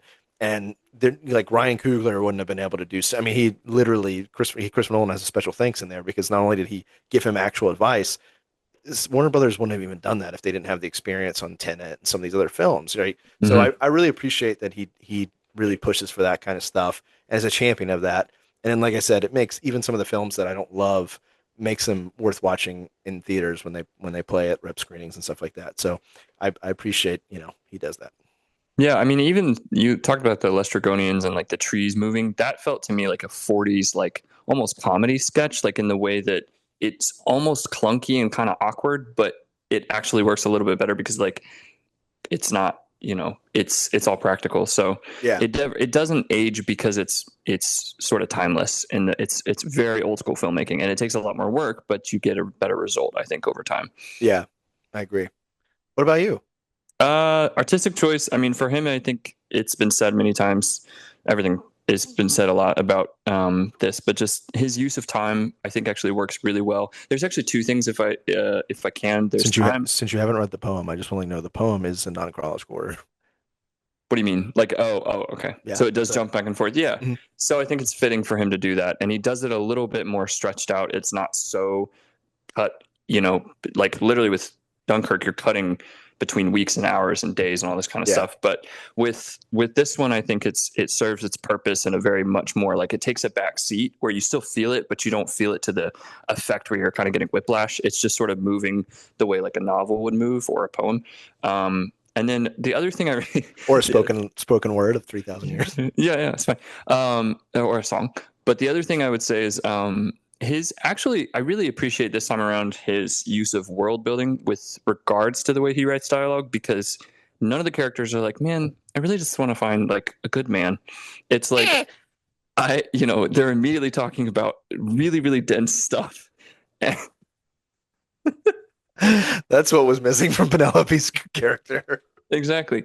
But I mean, if you watch, like, there's so many movies where it's like they're attempting to make like small talk or something, and he's not interested in that. His whole, like, if you watch from Tenet to Dunkirk to Oppenheimer to wherever, like, it's always about, even Dark Knight creates a world of like, all these people are on Carmine Falcone's hit, like he's just jumping into it. And I appreciate for something like this, because for somebody like me who isn't familiar with the Odyssey, he's like, we're just going into it, and you're going to get introduced to a lot of stuff, and you're going to have to keep up. And it makes you feel like you're, on the High Council. It makes you feel like you're a part of, like, now you're worried about the trade routes, and you're worried about, Penelope, how long can she hold out? And it's because of the way that he writes is so anti, not, I was going to say anti, it's not really anti, like, he doesn't get to the emotion until like the tail end. It's really all about the logistics and the specifics of how and what's going on in order to, the politics and all that. So I just appreciated that, especially this time around. That's good. I like that. I do think that the Dark Knight would have been useful for like a little bit of small talk with Batman, just like, hey, how are the Knicks doing? I see worried about the Knicks. I don't know. What's their team? The Gotham, was it the Gotham Knights? How are the Knights doing? It's a little on the nose. Knights? Are you kidding me? The Dark Knight? Yeah. Joker, if you bet on Ben, I don't know. What are you doing? Joker, they have all you can eat appetizers at Applebee's right now. All right, I can't wait. Let's go share a mozzarella stick. I got out of bed at 4:00 this morning. I didn't sleep very well last night. I did something to my back sleeping. I'm gonna do something to yours too. Oh, we just needed more Bane in this. Do you have the iTunes password, by the way? I'm not seeing it in your fridge. I'd like a number 3. No pickles. They give me indigestion. As they say, the heat rises. Fire rises. All right. Anyways, Oh my god. all right. So, favorite quote. Did you get this one? Because I know this is one that you forgot at one point. Okay, calling me out for my homework. Fuck you, Jonathan. No, I do have my favorite quote is just at the very end. I think it's the last line where he says, This movie's still in theaters, by the way, so it's hard to find the quotes. Well, yeah, but if you pay attention and remember things correctly, then you're fine. Just be a smart person, and you can do a podcast. My favorite quote at the end when he says, "They will forget our mistakes." I just like that. I find that to be a good, like, especially if you tie it with Oppenheimer, and then just that's how the rest of humanity is played out. Is like we always think we can do better than what came before us. Yeah, is that like how you live life? Like you just forget your mistake. You don't worry. You don't care that you made mistakes. You just move on. What mistakes are you talking about? I see. All right. What's yours? I don't remember mistakes either. I'm just kidding. Okay, my favorite quote is I already said it once, but I just think it captures the whole movie. One man's idea, one man's trick to break Zeus's law forever. We live in a world of palaces, trades, language, blinded with beauty until we broke it. I just think, Mm. yeah, I think that captures the whole movie. Um, yeah. All right, we're starting to get into this is going to be an interesting couple segments here. We have the our segment. I am lost. Uh, Mm-hmm. all right, I guess I'll go first because you went first last time. Okay. So one of these we already talked about, so I don't need to talk about it. Which was the whole thing of like, I admire his decision to kind of make it about like the Trojan horse similar to atomic bomb, and then that does that really work? So we already talked about that, but piggybacking off of that, making the film about Odysseus's guilt on the violence of Troy. Does that make the last act of violent heroism contradictory to the theme of the film? Say that again. So, Because making the film about Odysseus's guilt on the violence of Troy, does uh-huh. that make the last act of violent heroism contradictory to the theme of the film? Him killing Uh, all the beggars, or killing the beggars, killing all the suitors. no, because those are the same people that praised what he did, I think, is the idea. So Okay. they all sang songs about him for 20 years or whatever it was, 9 years. Yeah. And so I think it's him being like, you're the reason that stuff like this continues to happen because you think it's okay. And also, And his penalty for himself is he exiles himself, or right. he does that and allows and goes in exile. Right. He knows what he's doing. And that's specific. I mean, it is kind of two-handed, but it's like that is specific to like he's also just getting revenge and just these people were not allowed in. They took advantage of the very law that they say that they, you know, believe in and all that kind of stuff and Zeus's law, and they bastardized it. So he's almost kind of taking revenge against them for that very thing. So I don't know if it's the same, but I see what you mean. Okay. Yeah. I mean, I think that's a good. I mean, it doesn't ruin the movie for me, but or anything like that. But and I'm kind of in agreement with you. Is like I like look at it as like those guys broke the law too. So it's kind of like he's like, I'm taking you guys all out, reclaiming the throne, and then handing it to my son, and I'm going off into exile because I too fucked up. Yeah. And like we're gonna leave it to the new generation. So yeah, but I do think it's a legitimate question to ask. Mhm. Um, so yeah, and I do think the fact that that question I did feel obligated to ask that on top of the other thing regarding, you know, the atomic bomb thing and like how people were sacking before Troy. Mhm. Those two legitimate like questions thematically, I think are kind of one of the main reasons why I'm like this one's not quite there, but it's still really good. Mhm. I But agree with you. the other thing I want to say, um, so you might not, because again, I'm about 5 years older than you, which in like your 20s doesn't make a big difference, but in your teens makes a huge difference. So I don't know how much you know that this was the narrative for several years. So the narrative used to be back in like when I first got into Christopher Nolan, the narrative was that he stunk as an action filmmaker. Is that his action choreography was terrible. And in Batman Begins, it is terrible. It is absolutely terrible. You cannot tell what's going on. It's incredibly, just really jarring. And Mm. his reasoning for that was that it's like you're supposed to be from the perspective of a goon, and Batman's coming out from all other directions. But and the Dark Knight, he's good at like set pieces, and like obviously like the chase sequences are really good, but like the actual choreography and some of the framing and of the choreography has been iffy. That has kind of that no longer really gets that complaint much. I mainly for two reasons. One, he has gotten better. I think there's no doubt about that. But also like action filmmaking, modern like mainstream action filmmaking has just gotten terrible. Which is why like the John Wick series is so popular because it's like one of the only series it's like we actually know how to do this. Mhm. Like Spider-Man, for example, superhero movie, most of the action is just like awful. Mhm. There's like no choreography at all. Like, and it's just like let's get close-ups of like there's nothing. So you watch like John Woo or something, you're like, well, this is doesn't exist anymore.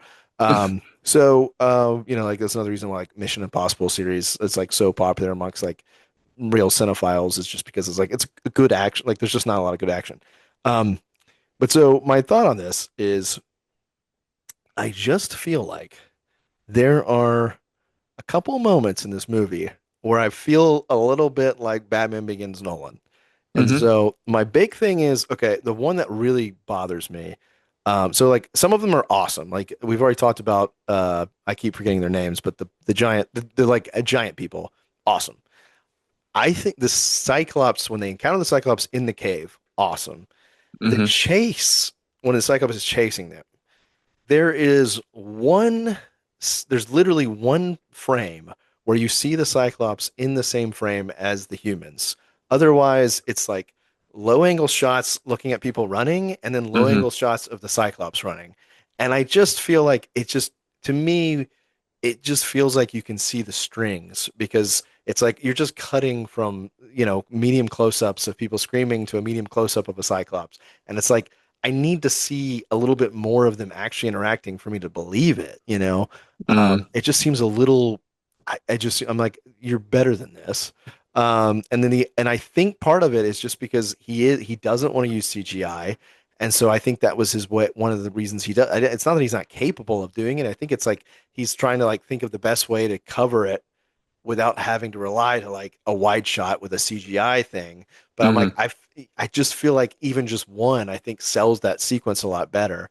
And then the other example that bothers me with that is um the when the like when um supposedly it's Poseidon, but when they get like the shipwreck basically is you get all this awesome effects with the rain and the lightning, all this lighting and stuff, but they're all like medium close-ups. Some of them like, oh, duh, and like just give me one wide shot of the boat. Like otherwise, I'm like, Hmm. I know this is just like, and like part of this is just my filmmaking brain. I can't turn off. I'm like, because you're showing medium close-ups and close-ups, like I know this is happening like on in a tank, and I get it and but it's like and like it's awesome you're doing this, but it's like give me one at least one shot to kind of help sell it as like bigger than it is.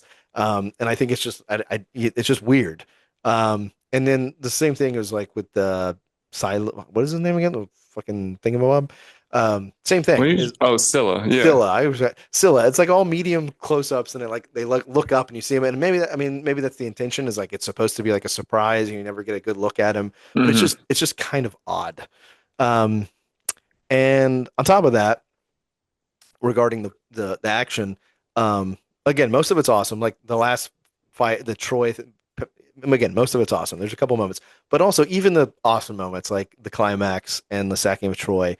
I get it. Like he's classy. He's a classy filmmaker, but we're rated R. Like I gotta have a little bit of blood. It takes me out of it Yeah. that there's Yeah. like Yeah. it is a bloodless movie, and it is weird to me that like it's a movie about the it's like it's a movie about the consequences of violence without showing the consequences of violence. So Yeah. it's just like kind of like it doesn't have to be like this. It doesn't have to be Terrifier, like it's like but like a little bit of blood. It's just it doesn't have to be Kill Bill or it's like blood cannons everywhere. But it's just that seems weird to me. But those are I have some studio notes on how to fix a couple of these things. But those are my I'm lost. What are your thoughts? You're like Well, I do you have any? Do you have any thoughts on mine? Do you have any yourself? Am I an idiot? no, I was going to piggyback off of what you just said about the fight scene. To me, the when he goes back into Ithaca at the end, I found that to be kind of unnecessary. It just was a little awkwardly staged. The whole thing is just kind of like, yeah, he's moving around and Yeah. swinging the bow, and it just is a little stressful. Like I again, it could have. yeah, I really think some of it would be sold better just with the vibe. Like it kind of feels like Mhm. I'm watching a high school play or something. A little bit, yeah, and it's not. I don't know why it's like that.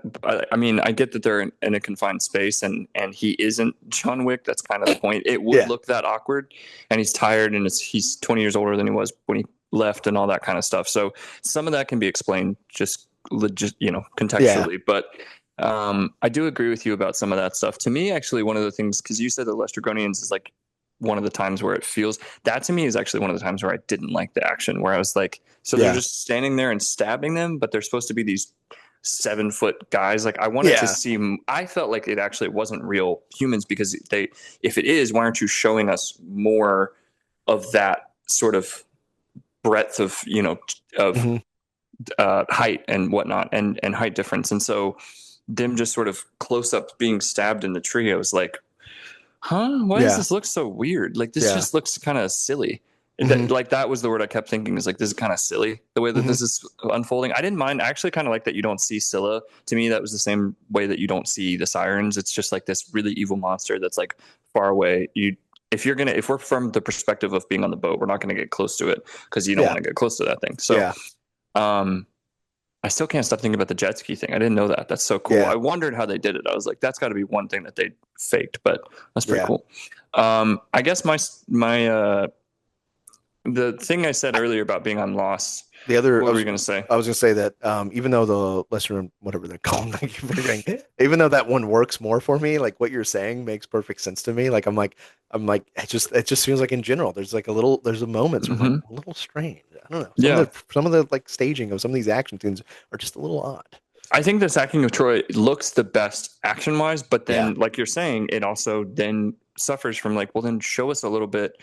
We don't need to see, like, I think the one thing we did need to see is her head being chopped off. No, I don't mean But I see gratuitous what you mean. violence, but like I don't think that There's is there one one no, drop of blood in the whole movie? and it's R, and it's like, Yeah. if this movie could have been PG-13, I don't get it. I could, yeah, just take out the fucking beach line and it's a PG-13 And then you movie. make more money because you have kids, like, Yeah. buses and buses of schools Yeah. going to see this movie. Yeah. I don't get it. And like, That's a studio note I could get into. yeah, I just don't. What was I gonna say about the? Oh, I guess I went. Oh yeah, like I can buy it for like the Dark Knight when the guy gets shot and he's like, when did you learn to count? And you just got shot and you're like, it's like it's Batman. Like I get it, Right, but I was like, this is an Odyssey that gave you an R rating and you're still like doing like two kids on a YouTube channel where they don't have like a blood cannon. Like, ugh, I'm stabbed. Like I'm like, what are we doing?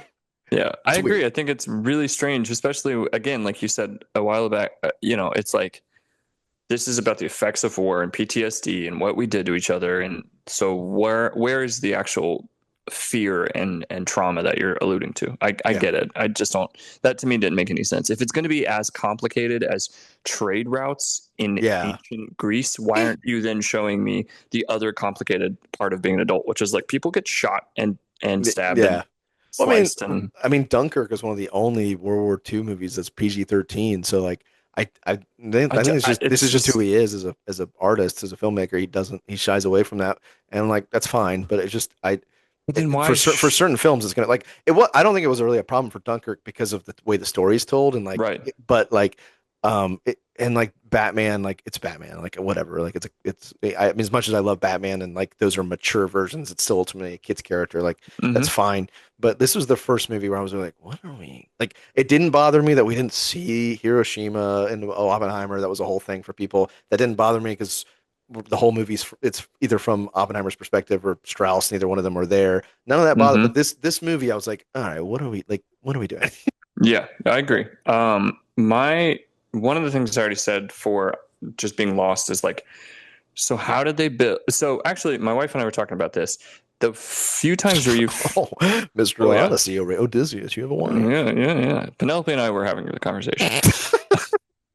No, just like there are times when I can't tell if this is meant to be interpreted as history or as a poem. And what I mean by that is like trade route stuff feels like a history lesson, but then we were on the beach for 10 years.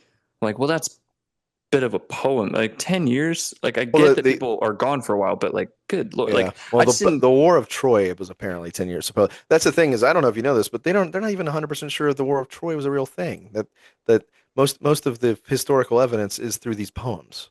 Interesting. So they don't even know. Like I did not realize. I did not realize how much of this like Greek mythology and stuff that you assume is them piggybacking off of like basically building myth based on real stuff. How nowadays there's actually like the only historical evidence of a lot of this stuff is mostly through the poems. So now a lot of this stuff people are like they don't even know that. Like I always thought Achilles was a real person. Apparently Achilles is completely not a real person. Yeah, I would.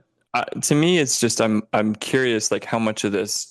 It just felt kind of confusing what was supposed to be history versus what was supposed to be based on just a interpreted poem, and so like the poem part is like, okay, they could have built a horse, to get into the city, but like, did it have to look that pristine? And this calls into the question of like my final thought on something that I'm lost on, which I think is the biggest thing, is I don't think that I liked his interpretation or his decision to Not have the gods. not have the gods, specifically speaking with the fact that it worked. Making the world practical and tangible worked for Batman. It brought us into a comic booky thing and made it feel like we could actually walk through those halls and be in those underground spaces and layers and things. But then I kind of didn't like him taking out the mythology of Greek mythology. They allude to it. They ultimately make him a religious person by the end, but there's a lot of stuff that's missing that, aside from Cersei, who does something, we see her actually performing magic. There's not a lot of quote unquote magic or Well, there's a Cyclops. fair. So that's what I'm saying. And there's also the thing I keep forgetting the name. Scylla. I And guess there's these gigantic people. I guess And he goes to Hades. Well, then I guess we got to cut this part out. No, I mean, I get what you're saying. Is like he makes an intentional effort. It literally even opens up with it. Any time of apparent magic, Right? And that's all I mean. It's just like like we talked about already, is the only god we see is Athena, and it could just be his interpretation of Athena based on a girl he saw get killed. So that is a legit, now in the poem, I mean, there's long sections that are like Zeus talking to Athena and stuff. Mhm. I don't know if I would have wanted that, but I can see like something like Jason the Argonauts, where you see some of the characters or some of the gods, and Mhm. yeah, that makes sense. I mean, I didn't mean to cut you off. If you have more to say about that, then go for it. No, I feel like if we're gonna do that, we may as well do it more and not hold back. Like, I mean, this is a weird thing to invoke on a Odyssey thing, but like, dare I say the name Neil Gaiman? But the interpretation of his, demons and things are like guys in leather jackets, and so we sort of buy into this idea of like, okay, under the disguise of what looks like a human, there's a demon under there, and I just feel like, I wonder if we could have had more of that. Like Cersei is just like this woman in like a little cabin, and then she can perform magic. I kind of wish I'd seen more of like Zeus shows up. I don't know, that maybe this is falling into studio notes, and we can get into studio notes, but I just feel like more of that would have been, to me, more preferable. I think some of it is there in a subtle way, like like when he whenever, like every time they're like gonna attack the beggar or whatever, then there's lightning, and then like when she announces that there's gonna be like they're gonna do the test, there's lightning, and so it's like Zeus is like confirming it. Supposedly, but yeah, no, I mean it literally is a distinct choice not to do that. So that's fair if it didn't work for you. I don't know if I missed it, but I do think there's a version that has that might be better. But it didn't really necessarily bother me. Are you ready to move into studio notes? Yeah, let's do it. All right. Well, I went first last time, and you said that some of that went into studio notes, so just, I guess, keep going. I'll just sit here and listen to you bullshit. I mean, yeah. What are your studio notes? Well, I already said that one about this mythology, like including more of it. To me, the thing that this sort of kicked off our podcast was me talking about this a few months ago or a few weeks ago when I saw it. But Nolan is known for his quick cuts, not for his short movies, but his quick cuts and his quick pacing. Like even all the way back to Batman Begins, it opens with him running through the garden, and it's so fast between that and him in college and coming back from Princeton and all that stuff. Is it Princeton? I don't know. Okay, and I don't. I was gonna say in the comics, but I actually don't know. Even though I used to read all that stuff and know a lot of Batman, I actually don't know. Yeah. I just feel like I think Bruce Wayne like learned himself. He's a self-taught. I didn't even go to college. Yeah. But no, it just felt like this one was the first time where I was like, you can go a little faster. This is especially because he's doing this like go a little faster. Yeah. I feel like there was times where I was like, this is taking a while. Like personally for me, for a Nolan movie, I just felt like this dragged. It's funny. Mine's the exact opposite. I think this movie is way too short. Huh. Okay. Tell why. So I think the actual Odyssey part of the Odyssey just is like we go to the island, boom, it happens. Move to the next island, boom, it happens. I think like a lot of these moments need to breathe more. Mm, And I think so. He famously IMAX projectors can't go longer than 3 hours, and so he had to do it and then you have the 8 minute uh, uh what's the word? What's that movie? Dune. They had the 8 minute Dune thing that played before for the 70 mm, millimeter. So 70 millimeter projector, 70 millimeter IMAX projectors can't go longer than 3 hours. And so his movie had to be 2 hours and 52 minutes, and it's exactly that. And mm, so a lot of people talk about how with IMAX cameras you can't shoot longer than 3 minutes per take, and they think that is the reason why.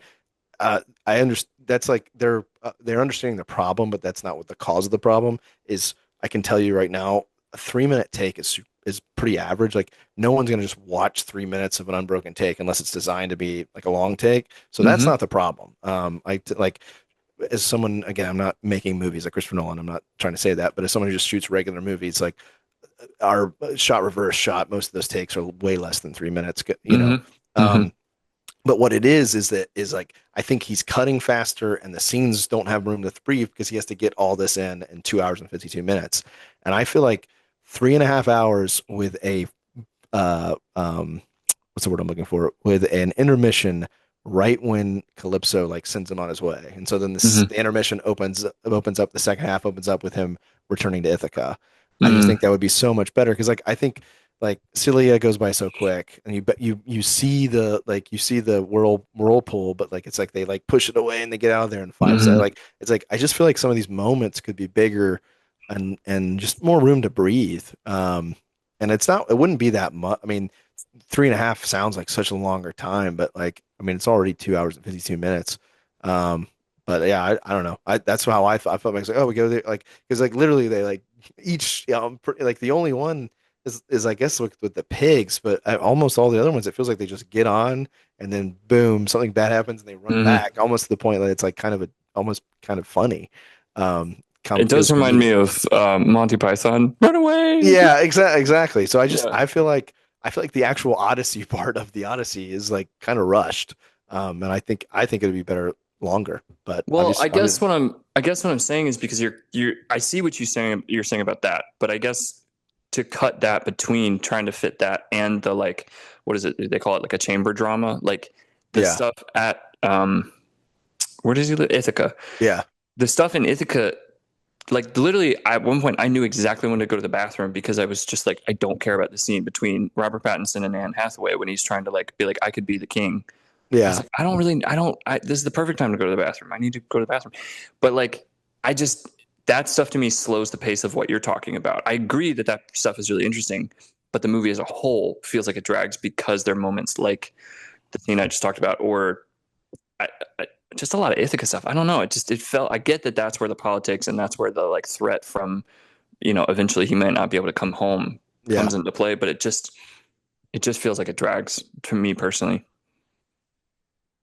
I mean, I agree the Ithaca stuff's not that great, and I think it's because Tom Holland. I just think Tom Holland kind of sucks. I mean, that's just what it is. Like, I think Robert Pattinson's amazing. I think Anne Hathaway's character is not written that well, and I think Tom Holland is just not an interesting character to follow in those sequences. I think I think you could have cut out Tom Holland's stuff going to Menelaus, but I also think to me it's like all the interactions between him and Robert Pattinson, I think all that would have been amazing if you had like Timmy. Like I think I don't Tom Holland can't compete with these people. You know, it's like he's I just don't not a know. very I good don't actor. Timmy wouldn't have worked. Timmy would have been distracting. And like How would he he have now been has a distracting? he now has such a reputation of just someone who's like kind of I find him unlikable in his latest movies, which I think is on purpose, but I don't I Yeah, he would have been awesome. he doesn't play earnestness the way that you need to be when you're Telemachus. Like I Telemachus is mean, like I can't mean, grow up. That's he doesn't in the first Dune. yeah, but only for like the first half, and then he's already turning into Muad'Dib. So I don't know. I Not can't wait to really. do. He Are we turns into gonna the do the second Dune one. trilogy? I don't We know. need to. Um, I don't know. I think he would have been. I think he's a way better. I think Tom Holland is just not that good of an actor. But yeah. I don't know. I mean, I don't disagree that like obviously the Ithaca stuff's not as entertaining, but it's kind of necessary. That's part of the I problem think is I if think you cut it out, I think I just don't think the movie works. yeah, but that's my only like major studio note. What about you? Wow, what an idiot. I'm just kidding. Well, I basically said mine is yeah, like I pretty much have already talked about all mine is so don't do the whole thing in IMAX so you can make it 3.5 hours and add that stuff. Hmm. So I already said that. And then the other things, I think everything I've already talked about. Add add some blood, like please. Like it doesn't Hmm. need to be like I said, doesn't have to be Kill Bill. Doesn't have to be, but just add some blood. Make Oh, it a that's little another studio note I have. So I agree, make it PG-13 because Oh yeah, this is a story you have to read in high school. Like yeah. just Yeah. If you're bring not more if teenagers to this movie. Yeah, there's one that's the other option. Either just make it PG-13 and take out the random F-bombs that are unnecessary, or Yeah. embrace that it's R-rated and give me blood. One of the two. Yeah, I already said, Oppenheimer. Yeah. yeah, I already said give like a couple wide shots to sell some of the action better. Some of the action's a little odd. Um, and I just sharing the frame helps the illusion. There's one shot that's a medium close-up of them trying to get in the boat, and you see the Hmm. Cyclops far Hmm. away, and it's like the best shot, and it sells it. It's like just give me a little bit more of that.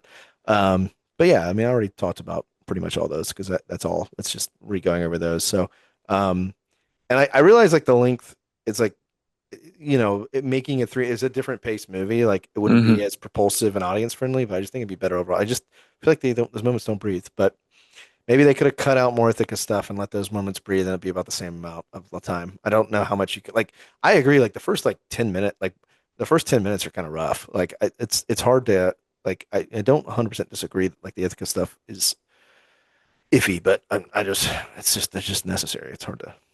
I almost feel like You're you I know hate you're right. We just shouldn't have made the movie. Let's just cancel the movie. no. I just think that I mean I find her to be one of the best actresses, but like Anne Hathaway is so disserviced in this movie to the point where it's like maybe having her less would be more impactful because when she's given what she's given, she's not allowed to do enough. I wonder though, because like he focuses so much. Because that's the other thing is like because the actual Odyssey part's not as big. He focuses so much on the return to Ithaca. Is like Hmm. it's an That's hour. I checked last yeah. time I watched it. It's a full hour. Yeah, I thought it was like wow. he returns at like an hour 52. So it's like an hour.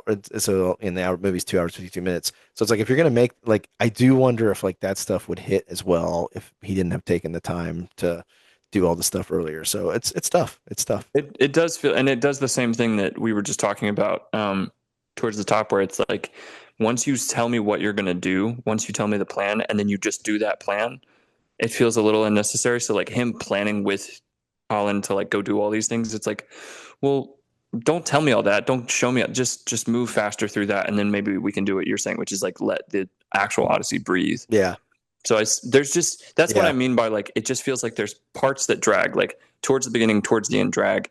There's parts in the middle. I personally don't need to be in the cave with the Cyclops as long as we are. I get why we are, but You have that part, such an issue with pacing. It's weird. Every single movie we're doing, you're like, it should be shorter. I'm like, just don't watch movies then. You don't like uh, movies. I'll just watch TikToks for the rest of my Yeah, yeah. Oh God, bro, your lizard brain is killing you. no. I just find that the way that he paces, I think the the pacing can be kind of distracting because it's such quick cuts, but then it's these movies are so long and dragged out towards like the end that I just find that to be a weird disjunction. We're in agreement. Christopher Nolan is the super popular filmmaker and makes really fun movies, but he's not at the highest level of artiste. Hmm. It's a little odd. It is weird, That's but he fine. makes entertaining movies. No, I really like him. We're gonna get all these. I mean, no one watches this show yet, but if this gets discovered, I was like, these guys hate Christopher Nolan. No, The thing is, I I like. would say that the ultimate version of that studio note is so he made Odyssey or Oppenheimer, and then he goes straight into Odyssey. I feel like he should have taken a break and actually truly taken his time with this one. I feel like this one came out so fast, and I think some of the issues that were falling It's been three on. years. I don't know. That's still.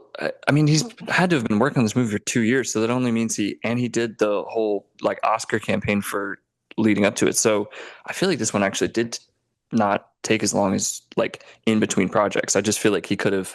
I think that's pretty common. Like Oppenheimer was 2023, Tenet was 2020, and then you have Dunker was 2017. That's like it's his normal pace. 2014 was Interstellar, Yeah, 2012 was Dark Knight, 2010 was Inception, 2008 was Dark Knight Rise or this Dark Knight. is It seems this like one. But this one, that's what I said at the top. This one is an outlier to me in his filmography where I just didn't like this one as much as I like some of his others. There's something about this one that just feels like it's not quite complete. And that's to me the issue is I think if he spent a little bit more time with it or something, I just feel like it's one of those where I could almost see him like going back and editing it for like again, because I just feel like there's something off with this one and I can't Well, quite figure it out. I don't think that's going to happen because it's getting him his best reviews ever and making a lot of money. And it's already today it passed. It's his most expensive, or his most successful movie ever financially. It passed Really? Dark Knight Wow. Rises, yeah, and it's got his best reviews ever. So I don't think I he's just going to have change it. horrible. I still like the movie. I have notes. I don't No, no, know. I mean that sounds like I'm like a big defender. I'm just saying like I don't think he's gonna. But then again, he doesn't seem like that kind of filmmaker. It's like let me Yeah. go redo stuff. I will have Um, to say, I guess I should reveal to the listeners that this is one of my least favorite genres. So there's that too. you don't Just like being swords and sandals. not really, and I don't like epic quests. I don't know why. I just find them to drag inherently. Master dragged a little. I'm seeing a trend. All right, we're gonna No, the start master watching. didn't. We're gonna start reviewing TikToks. Only Jason Bourne movies from now on. Oh, I couldn't do that. Um, No, I really genuinely just think because this is coming off Oppenheimer, which I thought was maybe in my generation one of the best movies I've ever seen, and I just think that there's just something with this one where I just feel like I didn't quite connect with it, and I don't know if it's how the movie was made or my feeling towards movies like this, but there seems to be a disconnect with me personally. that's fair. That's totally fair. Yeah, and your studio notes, you're trying to fix it. That's fair. Yeah, I yeah. guess that's what it's there for. We That's are what, we are the studio, so I mean it's yeah. fine. Yeah. Cool. Well, yeah, I already went over mine, so yeah, we're good. For the record, you said you don't like this one as much. I guess final thoughts. I'll just go into my final thoughts. Hmm. I like this movie. I seem like I feel like we've been really negative, but Yeah, I I was think it's worried just about because that. I think it's just both of us are like last week. The Masters we're so in love with. Like it's such one of our all-time Hmm. favorites. So this was We I had, really like this movie. I like Christopher Nolan just because I don't think he's mhm. Stanley Kubrick, guys. I like him. Okay. Um, I can look at my letterbox. I feel like most of his movies I've given at least 4 stars. I mean, I like his movies. Okay. Let me Hey, defend myself. do you like his movies? I I can't like his tell. movies. I to me, The Odyssey is either the lowest of top tier Nolan or like high mid tier Nolan. I haven't quite figured it out, but Hmm. so I like it. I think it's good. I could see myself liking it more on repeated viewings. And I have seen it 3 times. I do have tickets to 70 millimeter IMAX on Sunday. It Hmm. was sold out. It was sold out for 2 months. And I got a ticket, so I want to see it in 70 millimeter IMAX more time. But um, yeah, I think like to me, I'm like I think this might be a better made film than like The Dark Knight, but as I've already talked about how precious Batman is to me, like The Dark Knight is really important to me, but um yeah, I don't know. I like this movie. And I really like it's a great experience in the theater. I think you should all Hmm. see it. It's still my favorite movie of the year so far. I think it's not perfect as we've discussed it, but I think its highs are higher than most films you're going to see Hmm. in recent times, and I don't think its lows are that low. So I think it's definitely worth checking out. There's hopefully a lot of good movies coming out this year, so it might not end up being my favorite of the year, but right now it is. So, um, the movie I was looking most forward to, I think, is going to get pushed back now. What movie is it? Cliff Booth. So Is it really? I thought it was going to yeah, be. they're reshooting. They're Oh, doing reshoots this week. The one part of positive news about it though is David Fincher is really upset with Netflix on the reshoots, and I'm really hoping this ends their relationship because I need him to go back to making real movies. I agree. I So could like see why that would happen, especially just with the theater stuff. yeah, so but yeah, apparently he wasn't very happy. Like there were some things he wants to reshoot, and it was like I guess hard to get the reshoots, and maybe they didn't get the full amount of reshoots he wanted, and he's had some issues with them. And also like one of his other projects, he was I guess the American Squid Game thing they're not doing with him anymore, which is fine because I want him to do better stuff, but Yeah, yeah, yeah. So I'm hoping that relationship is ending because I need David. Like it's crazy. The last movie that he did in theaters is Gone Girl. I mean, that was 12 years ago. Like that's insane. Mm-hmm. Yeah, So I that was one of the better movies of that year for me, and I saw it a few times in theaters just because it was so much fun and to see it with like big crowds. But that's yeah, it interesting. I was, didn't know that they were doing reshoots. this week. So hopefully it doesn't get pushed back. But that's the one I was, and then there's other movies. So who knows? Yeah. What about you? What are your final thoughts? You fucking Um, hated it. It's too long. Fucking boring. I fucking hate no, I for the record, Sword and Sandals. Fucking suck. for the record, this was definitely one of the best movies I've seen this year. I think it is still propulsive, still very, very emotionally resonant, and especially about today's culture. But I just think, aside from my quibbles, which are really just small things with the editing, I think that it's still one of the most enjoyable movies that I got to see in theaters, and it was fun to watch it and to like look for the things that I missed the first time. Um, You're much better at being able to say I had my problems, but I still really liked it. You didn't have to go. I like Christopher Nolan 20 times. no, I think that he gets a lot of grace with people like us because we just inherently appreciate what he's attempting to do. And I think if Yeah, you swing for the fences, it's still more fun to go watch somebody do that than batting exactly. practice. Like That's I why think that's why it always will pick Dark Knight Rises over like some Marvel movies. It's like right, at least he's trying something. right. And I It's just messy, think but with this movie, I feel like he's attempting something that he hasn't before, which is always something he does, and I appreciate that. Um, And the movie itself, like you said, I think on repeat viewings over the years, I mean, this is definitely compared to The Master. We know we like it. It's been several years since it was released. We've both grown up with it. So I think this is an interesting comparison piece to that because we're reacting to a movie in real time.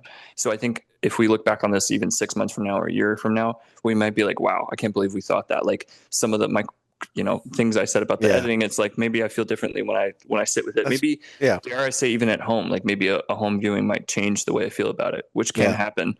Um, Yeah, I mean, and like then if we had both done a podcast after seeing The Master only twice, we would have been like, "What's the movie about? I don't know. Tune in next mhm, week." So you never know. it's too I mean, long. I don't think this movie is as deep as that, but yes, it is a good Yeah, point to make yeah, that yeah. like a lot can change. This movie's still very Hmm. new. Yeah, and I think that I'll be excited to as we go further with different movies, reacting to movies that we are more familiar with, or just frankly like more. I think we're going to push ourselves to watch movies that the other person enjoys or has a relationship with. Um, so I do agree that it eventually we'll get to a point where we can feel comfortable with exchanging views that we're trying to work out in real time. Yeah, I think it'll be interesting. I mean, I think originally, I think we kind of talked about doing mostly just stuff we love, and but it's always good to do stuff that maybe can be more interesting conversation. Hmm. But yeah, and we're not gonna do like new releases all that often, but it's just when it feels right. And like this is such a big movie and a big director that we both are passionate about, so it just made sense. Hmm. If Cliff Booth does come out this year, that'll probably I would that one that would be easier because we could probably see it in theaters and then a month or I will I don't know about you, but then a month later it's on Netflix and we can watch it at home and then do an episode. Yeah, Uh, we'll probably do it that way, but it'll be fun to see in theaters. yeah. But anyways, yeah. So we end. Well, actually, any more final thoughts? Yeah. No, All no, right. I think Honestly, that's it. pretty good. In honor of the film, Honestly, pretty good. yeah, honestly, pretty good. In honor of the film, just go home the long way this tonight. But we From end where? every I don't know wherever you go. I mean, there's watch parties. Clearly. Also, I don't think you're actually going to listen to this episode, but shout out to all the Holland and Sherry girls who were giving me a lot of props. Going, they're so happy that Lily, Lauren, Claire, Elise, they all were like, "We're so happy you guys are making something together." That's what I got all week. Uh, That's so cute. Oh my yeah, God. yeah, exactly. Not that they actually listen to the episodes. So we end every episode of this show by asking you, America, who won the podcast, and the results are in. I've got 4 million votes. Matt's got one. Sorry, Matt. Maybe you should watch longer movies. Tune in next week as we look for a man who's recently drunk milk. That's right. Joel and Ethan Cohen's No Country for Old Men. That's next. Have a great night, America.